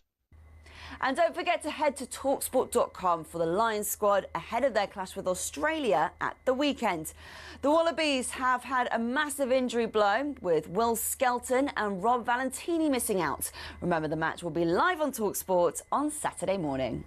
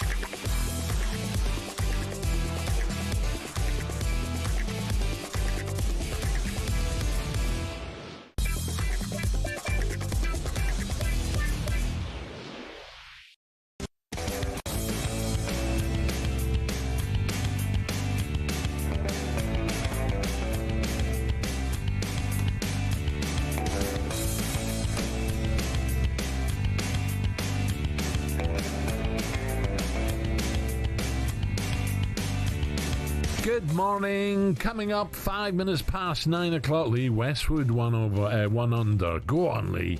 This is talkSPORT Breakfast with Arnold Clark. Build your own car deal online, all with a few clicks. They make buying your next car easy. Dino's alongside me. Still to come between now and 10. We're going to continue our build-up to Supersonic Saturday, including Usyk against Daniel Dubois, the rematch, and the Lions kicking off their 3-test series with the Aussies. The Wallabies' all-time leading try scorer David Campese will join us to discuss the Australia and Lions squads for Saturday's first test, both named this morning. We'll finish with Dino's Diamonds and find out his sporting stars of the week. And we'll continue to bring you live updates from Royal Portrush. Don't forget, if you'd rather listen to live golf instead of listening to Dino, that's strong. Who could blame you? Then head over to talkSPORT 2. That's bang out of order. Oh, you got to take the step. But first, surely VAR isn't going to be given more power, is it? They're going to disallow the goal here. This could be crucial in the race for the Champions League, and no one can understand quite why it's been disallowed. Why that's been chalked off, I do not know. That is the most controversial moment of Premier League final Sunday. I don't get it, Perry. I don't get it. This is... Are they trying to find reasons to rule goals out sometimes? This is CSI Stockley Park. No, the VAR now is more important than the referee. Much more important. That is unacceptable. PGMOL, anyone at Stockley Park, you lot have taken centre stage again with your incompetence. That to me is an absolute disgrace. Another VAR check. Stuart Atwell's watching this again and again and again. The ball's clearly landed on the arm of Mitoma. All the managers, we have the responsibility to talk about the VAR. We are managers. Speak with the referees, please. Have a look, draw the line, make a decision. I mean, look at them. This should only take them about 5 minutes, this one. VAR just had to go and get involved and ruin our afternoon. I must admit, I'm like that. I feel exactly the same. So rebounds from penalties, this is the latest one, could be scraps. In other words, you take your penalty, the keeper saves it, you can't knock the rebound in. Rubbish. I just don't get it, me. VAR checks for second yellow cards and corners could also be brought in as football lawmakers consider more radical changes. How much more are we going to delay games, Dino? Well, instead of doing all this, how about getting the handball rule correct? I don't know what it is. We've played football all our lives and we still don't know what handball. I don't know what handball is and what's not handball. No. You get in the box. Is his arm in a natural position? Is it his silhouette? Is it hand to ball? Is it got to get your arms out the way. What is it? You know, the other one that it really annoys me, and VAR are not interested in, is set piece, especially corners. When the defender has got his back to the ball, just checking the centre forward or the midfield player, he's not even looking at the ball. Surely that's a penalty. The jostling that goes on when he's not looking at the ball. Why don't VAR get involved with that? Do something decent. Well, the killer one for me last season was, I think it was Saliba went in for a header from a corner and the keeper come off his line, punched him. Yeah, no penalty. But, like, that's just a natural collision. If it's like Onana, when you remember he backpedaled and just run into someone before the ball had even arrived, that's fair enough. Yeah. But when a centre-forward's going in or a centre-back from a corner and the keeper is coming out to punch it, one of them's going to get there second. So it's not like a penalty, or it's just a natural collision. They've taken all that out of it, and anyway, they've ruined it for me. It's non-contact football now. Yeah. In a major break, the serious move to alter more than 134 years of football history would see a missed spot kick bringing a goal kick for the opposite side. Dear, oh dear. Senior figures believe that on a majority of occasions, what senior figures? I was going to say the that. punishment for a handball or foul in the box gives the attacking side a far greater chance of scoring a goal than the original infringement had prevented. To then give the attacking side a second chance of scoring from the rebounds an unfair extra advantage, especially as goalkeepers must have 1 foot on or behind the line when the kick is taken. Who are these people then now? Shouldn't they have, I know Arsene Wenger's involved in some of it. IFAB are they called? Something like that? But have they ever played football? No, iTube. I think they're called iTubes. Have they played football? Or have they like been involved in football? Probably not. Like Arsene Wenger, for me, would be ideal for sitting down with people and saying, if you do that rule, you're going to ruin it. Yeah. If you do this rule, it might help. But you've got to have a few experts there who actually can see what the issue's going to be if you change the rules. No, do you know, I get dismayed, honestly. Anyway, well, let's hear from you this morning, our listeners. How close is football becoming to being damaged forever by the rule makers, or has that already happened? You may agree with it. Let us know. 03717 223344 is the number, and we'll head to the phone lines right now. Let's get Mick's idea, what he thinks of it all. Mick's a Tottenham fan. Mick, welcome and good morning. Morning, Mick. Morning, boys. How are you? Good, but just fed up with this VAR. Fed up. Look, when it first came in, I've got a season ticket. When it first came in, you're thinking it's just a bit of a novelty. Now, if they're getting decisions right, you can't really disagree with it. But even with VAR, they're getting decisions wrong. Now, with the rebounds for the penalty, I think that's rubbish. The ball's still in play. It should be live. Yeah. But where I think there should be 2 major changes where they can get involved in and it will make the game better. Out, as you said, at corners. You watch them. Some of them have got their back to where the ball's coming Correct, from. yeah. Now, surely when you're marking someone at a corner, you need to judge where the flight of the ball's coming from and where it's going, so you can go and try and edit it. Ball and man. Where's my man? Where's the ball? Exactly. So you're side on, you're watching the fella you're marking and you're watching the flight of the ball coming in, yeah? Yeah. Now, if they start doing all this wrestling, start giving penalties, because within a couple of weeks, it will all stop. Because you're going to get the right if your centre-half keeps giving away penalties. Correct. Yeah? And that is common sense, Mick. And that's where we're badly lacking in the new rules of football, or the rules. Common sense, lack of. Mick, thank you. Let me go to a Celtic supporter. Danny, welcome, Danny. Morning. Morning, Dan. Danny's dropped off. We'll get Danny back if we can. Right. You know what I mean? It's common sense, Dino, isn't it? It's just nonsense. You know, you know why people started zone marking, don't you? Can you remember when Shawcross was playing for Stoke? Yeah. And they started blocking people. Remember in the box? Yeah. So refs started giving penalties for about 6 months. They started giving penalties for wrestling at corners. I thought it was all changing, yes. And then, so what happened? Rafa Benitez started zone marking. And then everybody started zone marking. So you're not marking anyone. No. So that stops the wrestling. Yeah. Attack the ball. So that's why they zone mark now, I think, because of that. Yeah, unbelievable. Right, Danny, if you're listening, give us a call again. Up next, we're going to head back to Portrush to find out how Lee Westwood and Scottish Open winner Chris Gotterup are shaping up so far. Plus, we're going to talk boxing as well. Are you looking forward to the fight, Dino? Yes, I can't help laughing because I remember when you called him Daniel Dubai. I remember. I did not. You did. I did not. You did. I was maybe thinking Every time I mention his name now, it just sticks in my head. I was thinking about my next holiday.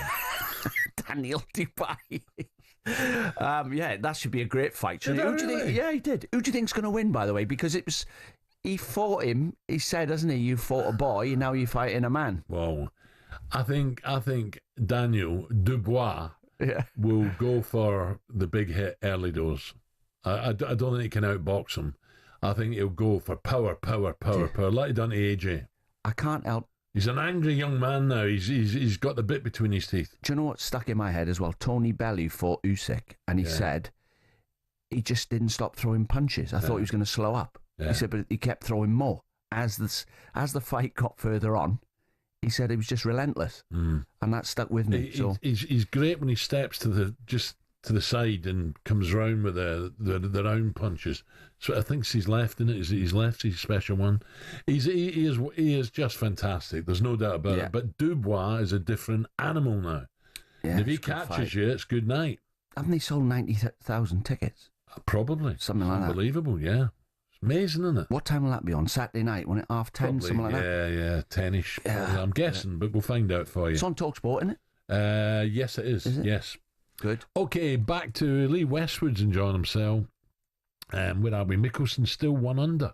Wouldn't it be great? And Gotterup, by the way, the Scottish Open winner 1 under. Lee Westwood 1 under. So it's beginning to hot up. But conditions, we're told, will get worse as the day goes on. And that will include the likes of Rory. 9:15.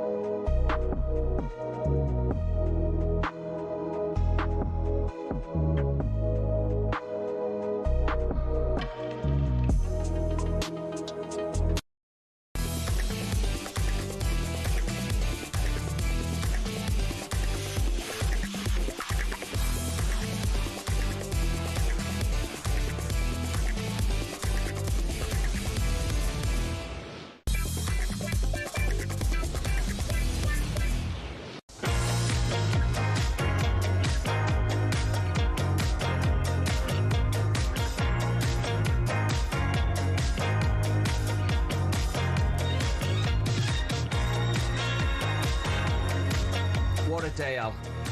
What a day. We've got the golf, the racing. Yeah.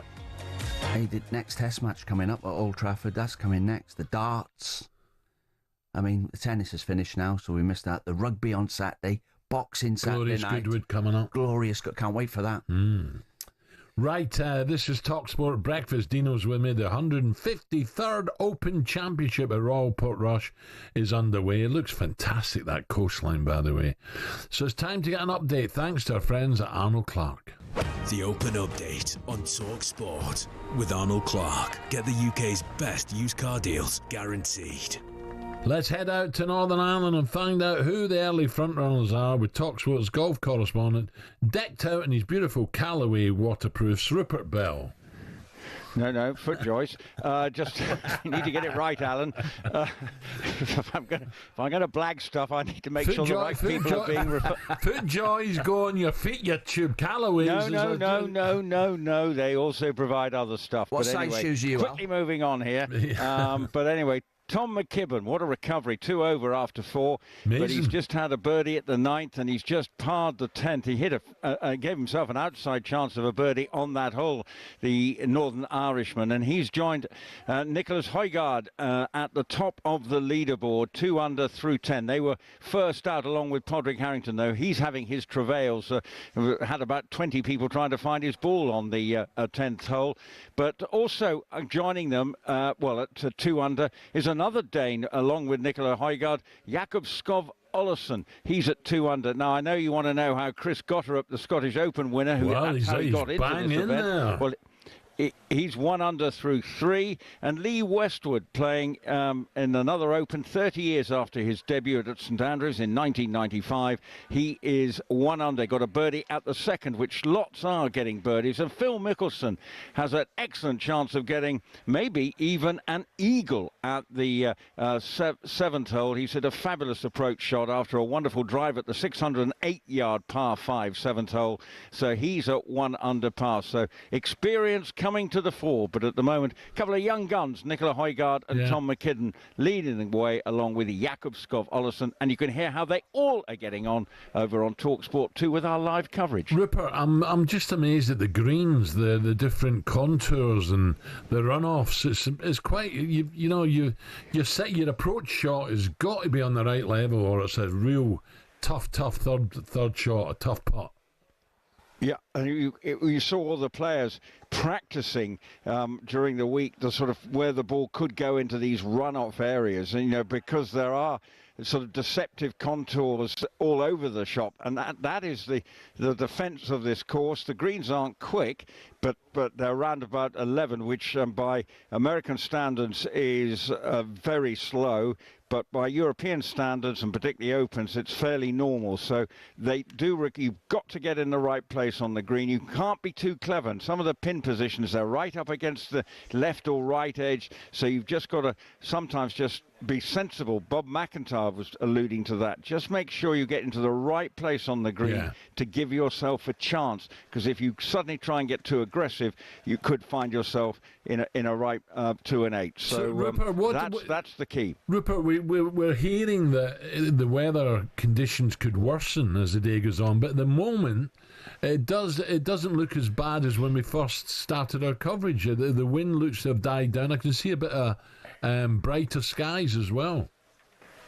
I think looks might be deceptive. Definitely the wind has eased. It was up gusting over 20 miles an hour when we started. It's eased to between 15 and 20 miles an hour, but I've just looked at my weather forecast and there's some nasty stuff on its way. So I may be getting wet this afternoon, but I don't care because I'm just happy to be at the Open. And all the other spectators who were up early streaming in, they got the waterproofs with them and they're ready to enjoy it. I just hope it's not as bad as that third day at Troon last year where... We lost him. I was just going to ask, Rupert, I was just going to ask you regarding the greens again and being slow. Am I right in saying that on the links courses on the seaside, they can only make them so fast because the ball will just, if the wind gets up, the ball will just blow off the green? That's absolutely the point. And the type of greens they have here, it's fescue grass. Now, I'm no agronomist, so I don't really know what that's all about, but I'm told that is ideal for sort of preserving the greens in a sort of steady state, and they're what do you really mean you don't thriving. know about it? You've got 120 acres in Warwickshire, Gloucestershire border. Well, someone else does it for me. You asked for that, Alan. You know, I don't need to know what it is. I pay someone who knows what they're talking about. I do put my foot in it most of the time, don't I? Anyway, but there you go. But anyway, I'm just wondering why you got all the money, not your brother Michael. It's just, it's favouritism. Oh, Alan, can we move on and talk about golf? You were talking about the greens, you were talking about owning the Isle of Rothsay. That's what you're talking about. Or was it Oban? Well, Oban, which is now one of a very trendy, trendy place to go, Oban. All I remember, the food wasn't great when we were there in the 70s, but Oban now is a sort of gastronomic Scottish delight. You take the ferry across to Mull, wonderful city, a little town to go and visit, and to go over to Mull and all those places. Great part of the world, beautiful. I'm just going to Phil Mickelson rolling one for an eagle, and it just peels away to the left-hand side. There's a birdie for Phil Mickelson, who's really enjoying himself. Rupert, we'll be back to you later on. Thank you. Thanks, Rupert. 2022 US Open winner Matt Fitzpatrick.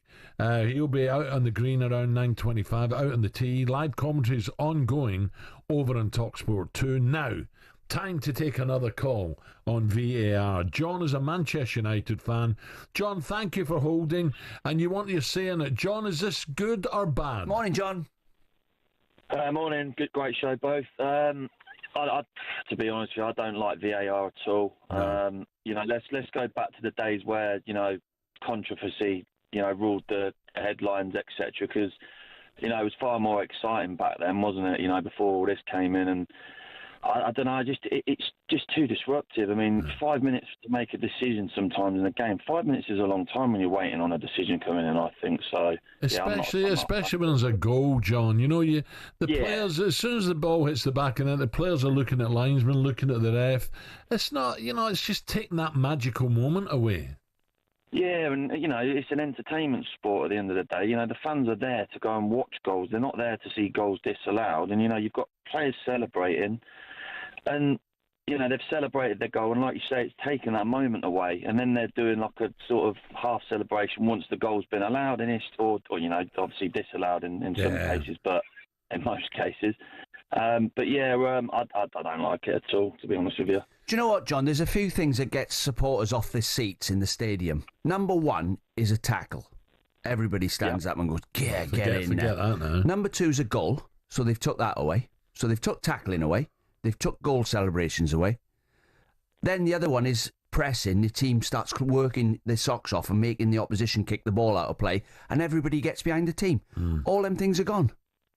Yeah, and the biggest one for me, which is why I was calling up, obviously the goal line technology is great, but my thoughts are, if you're going to have the whole ball across the line and say that's a goal, why have you not got a decision like that in offside where you say the whole player's got to be behind that line to be offside? Or if you're saying a bit of them's going to be offside, why are you not saying a bit of the ball's got to be across the line? Because to me, that blurs the line slightly. I don't know what you think of that.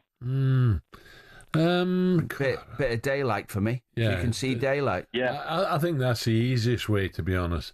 If there's daylight, offside. Yeah. John, thank you for that. Right. Up next, we'll ask talkSPORT and DAZN's boxing expert, Ade Oladipo, whether the nerves are beginning to kick in for Daniel Dubois ahead of Saturday night's undisputed heavyweight fight against the champ Alexander Usyk.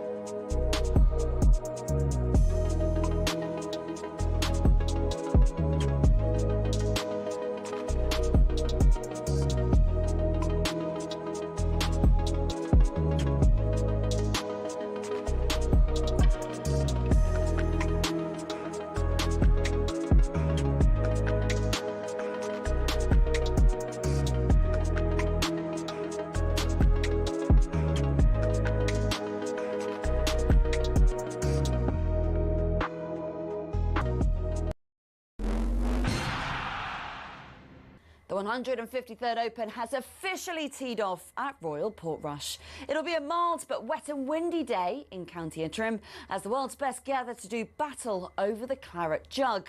Rory McIlroy says finishing second in the Scottish Open last week has put him in high spirits. It's lovely to be coming in here already with the major and everything else that's happened this year. So, I'm excited with where my game is. I felt like I showed some really good signs last week and, feel like I'm in a good spot. Rory's off around 3 o'clock. You can catch our full coverage of it right now on talkSPORT 2.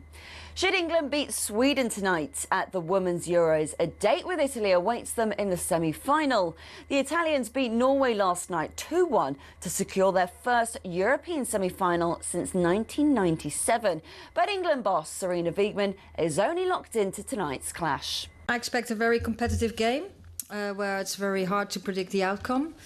And of course they've had a very good group stage series, like the 3 wins they had.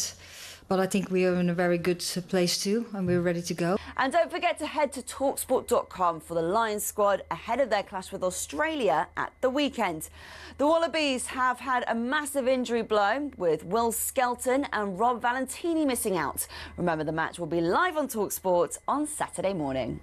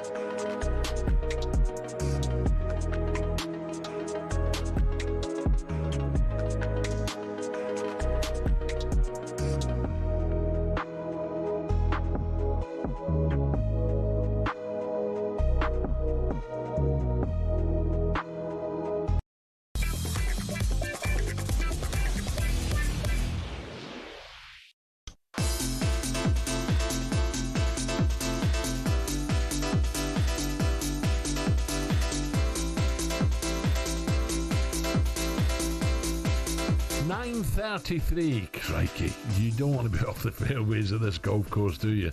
Look at that, Dino, it's like jungle. Yes. Incredible. It's in the heather as well, not the heather, what do you call it, the gorse? Ferns? Gorse, yeah. Where you like break your wrists trying to get out. McKibben's in there now, he's what a shame, because he's 2 under as well. You know, it could absolutely ruin his score. talkSPORT Breakfast with Arnold Clark. Get the UK's best used car deals guaranteed. Dino alongside me. Phil Mickelson, Lee Westwood and Matt Fitzpatrick are all out on the course.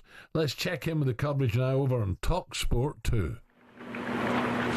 Lofted club to get the elevation in. He's got a very good contact on that. He's moved it actually quite a way down the fairway.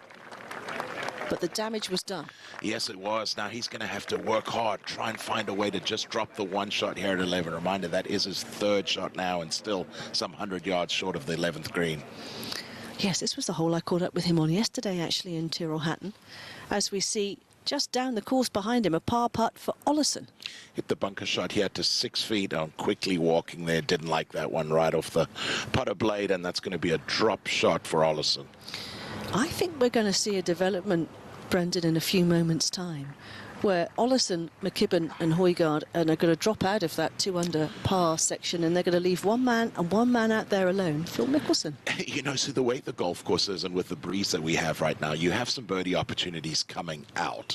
You know, the second hole, definite opportunity. The 5th hole, the 7th hole, all very good opportunities. So we find Hideki Matsuyama here well left on the 1st hole, way below the green surface, and this is a great bunker shot.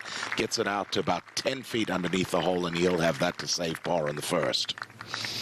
Well, the 11th is tricky today because that would have been playing straight back into the wind again, rather like the 6th, the wind from the south today. It might move around a little bit come the end of the afternoon, actually, so players may start around with the wind direction one way and then find it completely different by the end of the day, as we see Højgaard with his 4th up to this elevated 11th green. It's a beautiful shot there with a mid-iron, gets it underneath the hole about 12 feet, and he's going to have that to drop just the 1 shot. Reminder that he was forced to hit another shot, hit a 3rd shot off the tee after the lost original tee shot. Well, here is Phil Mickelson down the left-hand side of the par 4 8th, just off the fairway in the 1st cut. Pings that up, aiming straight at the tower that sits behind that 8th green. And he's marching after it with purpose. And he's left himself a decent opportunity at birdie up the slope there, left to right, probably 25 feet or so. But Phil Mickelson in a very nice groove right now. And as I say, I think he's going to find himself out and alone in terms of the leadership of this Open Championship in the next 10 minutes. Yeah, Højgaard 2 under. It's interesting. One stray shot here, you're in big trouble. Anyway, that's how our ball-by-ball coverage sounds over on our sister station, talkSPORT 2. Download the free talkSPORT app where you can swipe effortlessly between the golf and me and Dino here on talkSPORT. Now, this Saturday, the undisputed heavyweight... Oh, no, you want to tell that, Gary. You want to tell that, Gary? Oh, no, well, no, someone told me this, Gary Player, because he's a legend, isn't he? Don't panic now, boys. He's Don't a legend, panic. Gary Player, isn't he?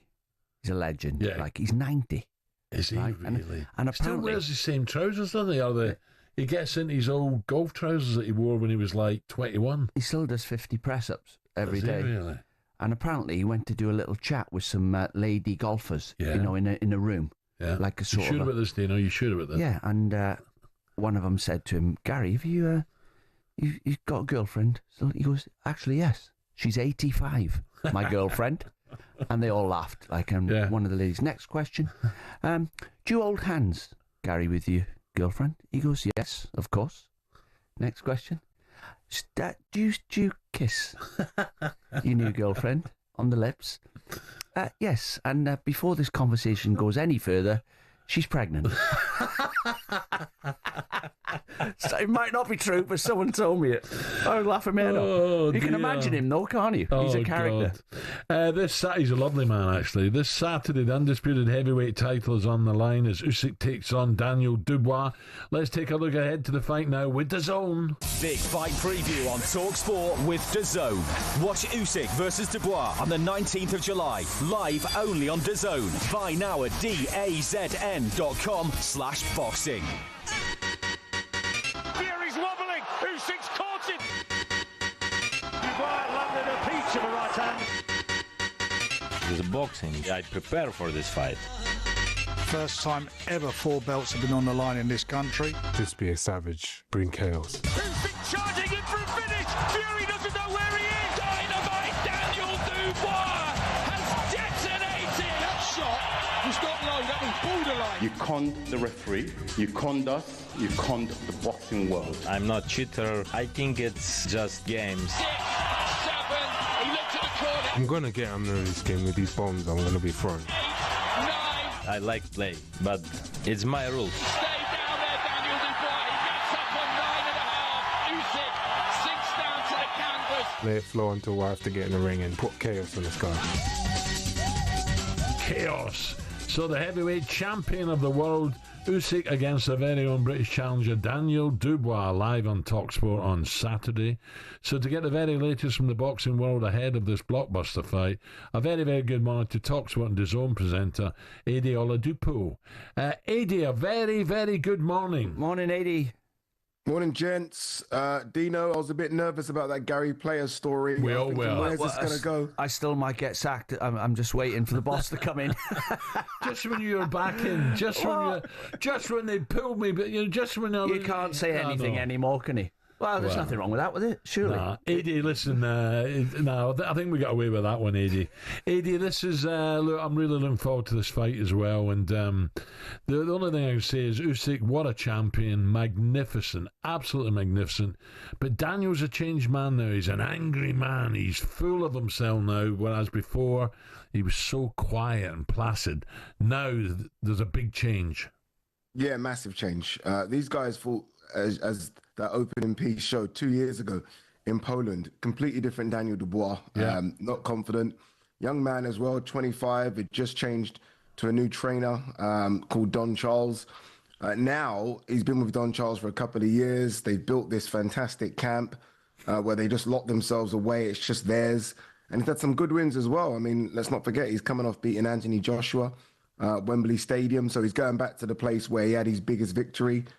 He's on a run at the moment, and he is, without a doubt, the second best heavyweight in the world. Alexander Usyk is number one, yes, number one by some distance, but Daniel Dubois is number two. So this isn't sort of him just being plucked from thin air to fight Alexander Usyk. He's deserving of this shot, and he's got a really good chance. I mean, Usyk's favourite, but Daniel's got a really good chance. Well, Eddie, Daniel came out against AJ like a raging bull. Will they try the same tactics on Usyk? He's got to, Alan. I mean, this is the only way he's going to win. Like, Usyk's such a good boxer. If Daniel tries to have a boxing match with him, it's almost a foundation chess player playing a chess master. There's no point. He's got to go in there and try and bully him and beat him up. A bit like what he did with AJ. Just don't respect him. Don't stand off him. Like, put it on him. That's risky, but that's his only path to victory. If he tries to have a boxing match with him, he's going to lose. But if he tries to go in there and just almost a bit like a raging bull, like a pit bull coming off the leash, then he's got a very good chance. I'm not looked at it, but what are they going into the ring at weight wise? What are they both the similar natural weight, or have they tried to put weight on or take weight off? Usyk treats the heavyweight like a weight class, so he always weighs 222 pounds. So that'll be Usyk's weight. I'll be shocked if it's anything different now. Whereas Daniel's probably going to come in around 240, maybe 250. So Daniel's going to be significantly bigger, about 30 pounds bigger. Although he looked a bit lighter, Daniel, yesterday when we were doing the media workouts, he is the naturally bigger of the two. So he's got to use that strength, Dean. He's got to use that strength. And again, he's got to, when they're in close, he's got to kind of put all his muscle on him, all his weight on him, try and tire Usyk, because Usyk's legs are so good. He's always a good mover. And Daniel can maybe just put that weight on him just to tire Usyk a little bit. He's 38. He's no spring chicken. 38 years old in boxing. It's a young man's game. Daniel's 27. He's got to use those 27-year-old legs. And talking about a young man's game, what about young Moses? You know, would you be putting him third best in the world at this moment, Eddie? Not quite, Alan, but he's so good. Honestly, he's so good. He's got a big fight coming up against Dillian Whyte. Yeah. He goes to Riyadh, Saudi Arabia, where he headlines. And I mean, everyone thinks Moses is the future world heavyweight champion. I do. There's something special about him, and he's super young, so he's got all the time. He can almost sit back, slippers on, cigar in mouth, and wait for all these guys to retire before he really starts fighting them. But he's considered the next best thing, and so far, so good for him. He's been untouchable. It'll be a bit harder for him against Dillian Whyte, but I think we're all expecting him to beat Dillian Whyte as well. And eventually, maybe next year, the dream for Frank Warren would be if Daniel wins, Moses wins, then eventually they fight for a world title in sort of 12 months. But who knows? A long way for Moses to go yet. Right, prediction time. How does this fight go, Dubois? It's difficult to look past Alexander Usyk. As much as I'd love to be back in the Brit, I mean, Alexander Usyk he's been the Brit basher. He's beat AJ twice. He's beat Fury twice. He's beat Tony Bellew. He's beat Derek Chisora. Yeah. He's beat Daniel Dubois before. So I think Daniel's going to look better. But I think Alexander Usyk wins it on points. Brilliant. We can't wait. Eddie, thank you for your time. Cheers, guys. Eddie. Enjoy the fight. Thank you. Brilliant. That was a look ahead to Usyk versus Dubois with DAZN. Don't miss the heavyweight rematch. Usyk and Dubois for all the belts and undisputed glory this Saturday, July 19th, live only on DAZN. Buy now at DAZN.com/boxing. Big fight preview on talkSPORT with DAZN. Watch Usyk versus Dubois on the 19th of July, live only on DAZN. Buy now at DAZN.com/boxing. Okay, speaking next to David Campese to find out whether the Aussies are happy with Joe Schmidt's first test side and whether the Lions are striking any fear into the Australians.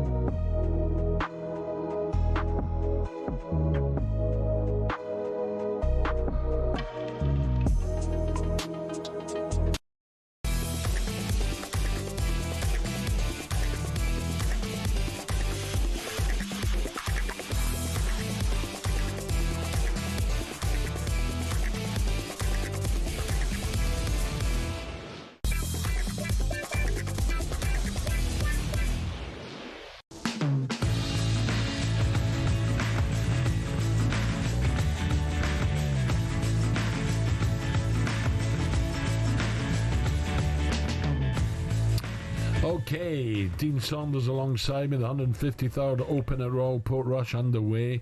Time to get an update thanks to Arnold Clark. The Open Update on talkSPORT with Arnold Clark. Build your own car deal, all with a few clicks. Back out to beautiful Portrush, Northern Ireland, and find out who the early frontrunners are with talkSPORT's golf guru, Rupert Bell. Well, I wouldn't have expected this 4 hours into the Open Championship, that players with a combined age of 107 are leading the way. And I refer to Phil Mickelson, age 55, of course, the oldest ever winner of a major championship when he was just shy of his 51st birthday. And Lee Westwood returning to Open action. Well, he is at 2 under. He's just driven the the par 4 fifth hole. Nearly had an eagle chance, but he's got to 2 under. And Phil Mickelson is 2 under through 8 holes, and brilliant chip in from a bunker at the third, electrifying the crowd here on this first morning. Just been joined at the top by Chinese player Hao Tong Lee, who is at 2 under through 7. Elsewhere, Tom McKibben and Nicola Højgaard both suffered double bogeys at the 10th hole to slip back to level par for their rounds. But remarkably, it's Mickelson, Westwood and Hao Tong Lee leading the way and just about to tee it up. And you can hear how they get on talkSPORT 2 with our live coverage. We've got Xander Schauffele, JJ Spawn and John Rahm about to approach the first tee. Should be plenty of fireworks with that 3-ball. Nice one, Rupert. Have a great day. We'll talk tomorrow, you and I. Now, this weekend, the British and Irish Lions take on the Wallabies in the opening test of the 2025 series, live and exclusive on talkSPORT. For the Wallabies, it's been a topsy-turvy couple of years, on the hope that this series reignites the flame for rugby in Australia.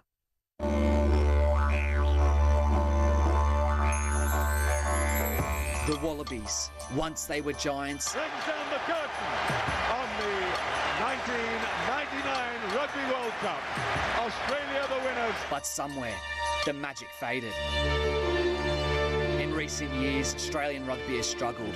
The team that once lit up Twickenham and silenced Eden Park has found itself floundering, uncertain of its future, disconnected from its past. There's not much in the papers out here about rugby anyway. It's very sad. The 2023 World Cup was the lowest ebb, out in the pool stages for the first time in history. This is a devastating result for Australian rugby. It shows the arrogance of Australian rugby that, oh, hang on, no, we'll match them, we'll go toe for toe. Well, we've just been squashed. A rugby nation reeling, fans turning to league, to AFL, or just turning off.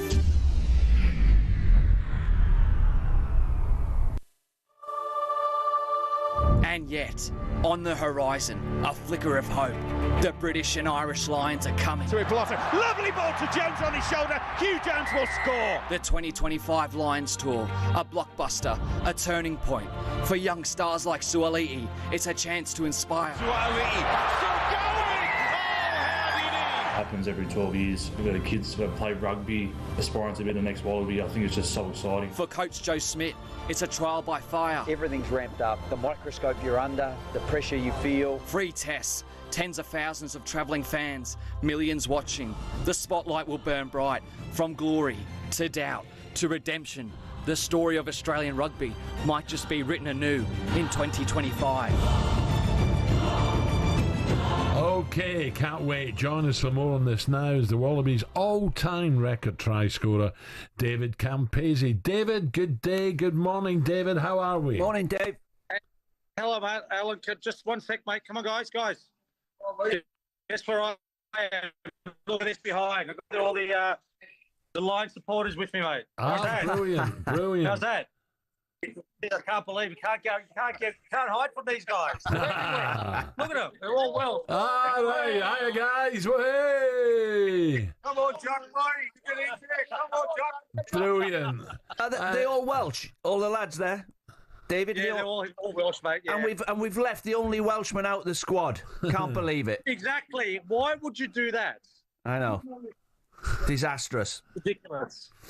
So, David, any shocks in the Lions 15? Was that sort of as you expected? Well, I think Morgan, I thought, was probably one of the best flankers running around. I think he's done really well so far. Again, I'm not the coach, so it depends on the style of rugby you want to play. I think there's 7 less players, I think, isn't it? In the team? Leinster, not Leicester, Leinster. Yes. Yeah, it's obviously the coach. Maybe he could be a bit cocky, picking 7, I don't know. But I just think it's, mate, for me, you've got to try and pick the best possible players as you can. So, sorry. I'm just trying to just tell these guys to quiet down. Yeah, mate, it's again, you got Smith. I don't know why would they try and put him on the bench to play fullback when Suwali, who's a very good jumper, who's very he wins a lot of kickoffs. Mate, if Smith goes to fullback, I think the game's over because all I'll be doing is putting bombs up. Yeah. I think you struggle to compete. What about, David, what about the Aussies then? No Valentini or Skelton and Lina starts. Was that a surprise for you?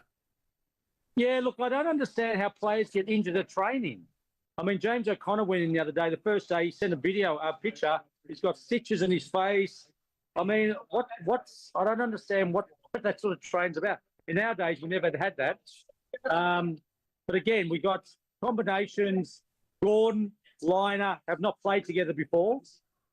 You got combinations in big games, as you know. If you're going to play at the top level, what wins you the games under pressure is combinations. Yeah.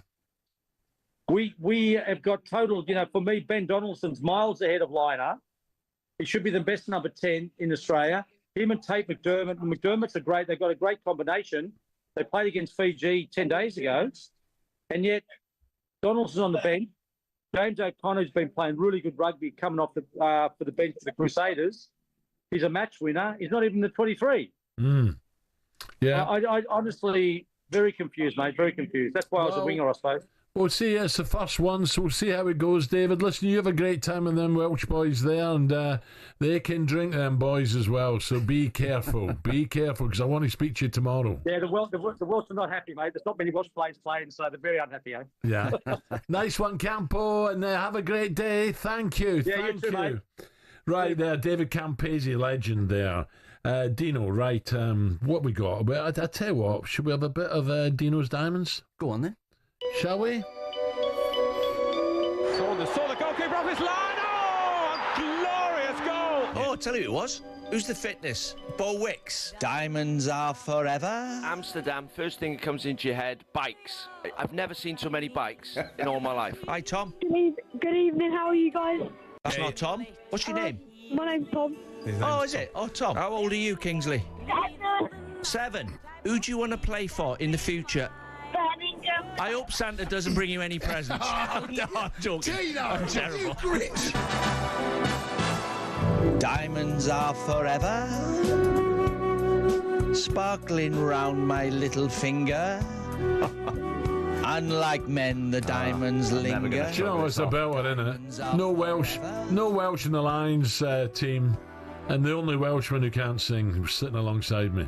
With all the singers we've got, Tom Jones, Stereophonics, the lot. Poor Shirley Bassey, Kerry. Kerris. Yeah, Kerris, not Kerry. Catatonia. Poor Tom there and poor I was only joking. boy. Yeah. No, I give him an option. Who do you want to play for, Villa Santa or Birmingham? And he said Birmingham. So they cut the Villa bit out. I like it. Anyway, right, my diamonds quickly. Seconds. We ain't got long. So Ben Stokes, in no particular order. Ben Stokes, number 1. He's managed to bowl 44 overs. That's the highest number of overs he's bowled for about 5 years.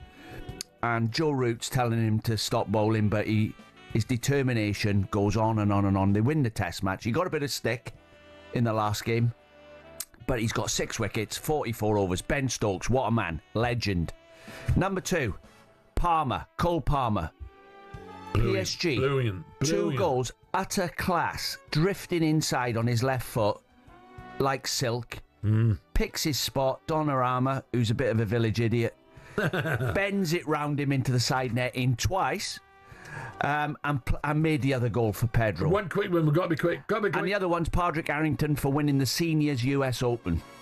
Lovely. And that's why I backed him today. What a man. Right, I'm back tomorrow morning from 6. Dino, you have a great day today. Thanks You've got very a busy much. day, I know. Busy day. I'm back tomorrow with Ray Parler. Don't go away. Danny and Simon coming next. Hope you enjoyed it and enjoy the golf.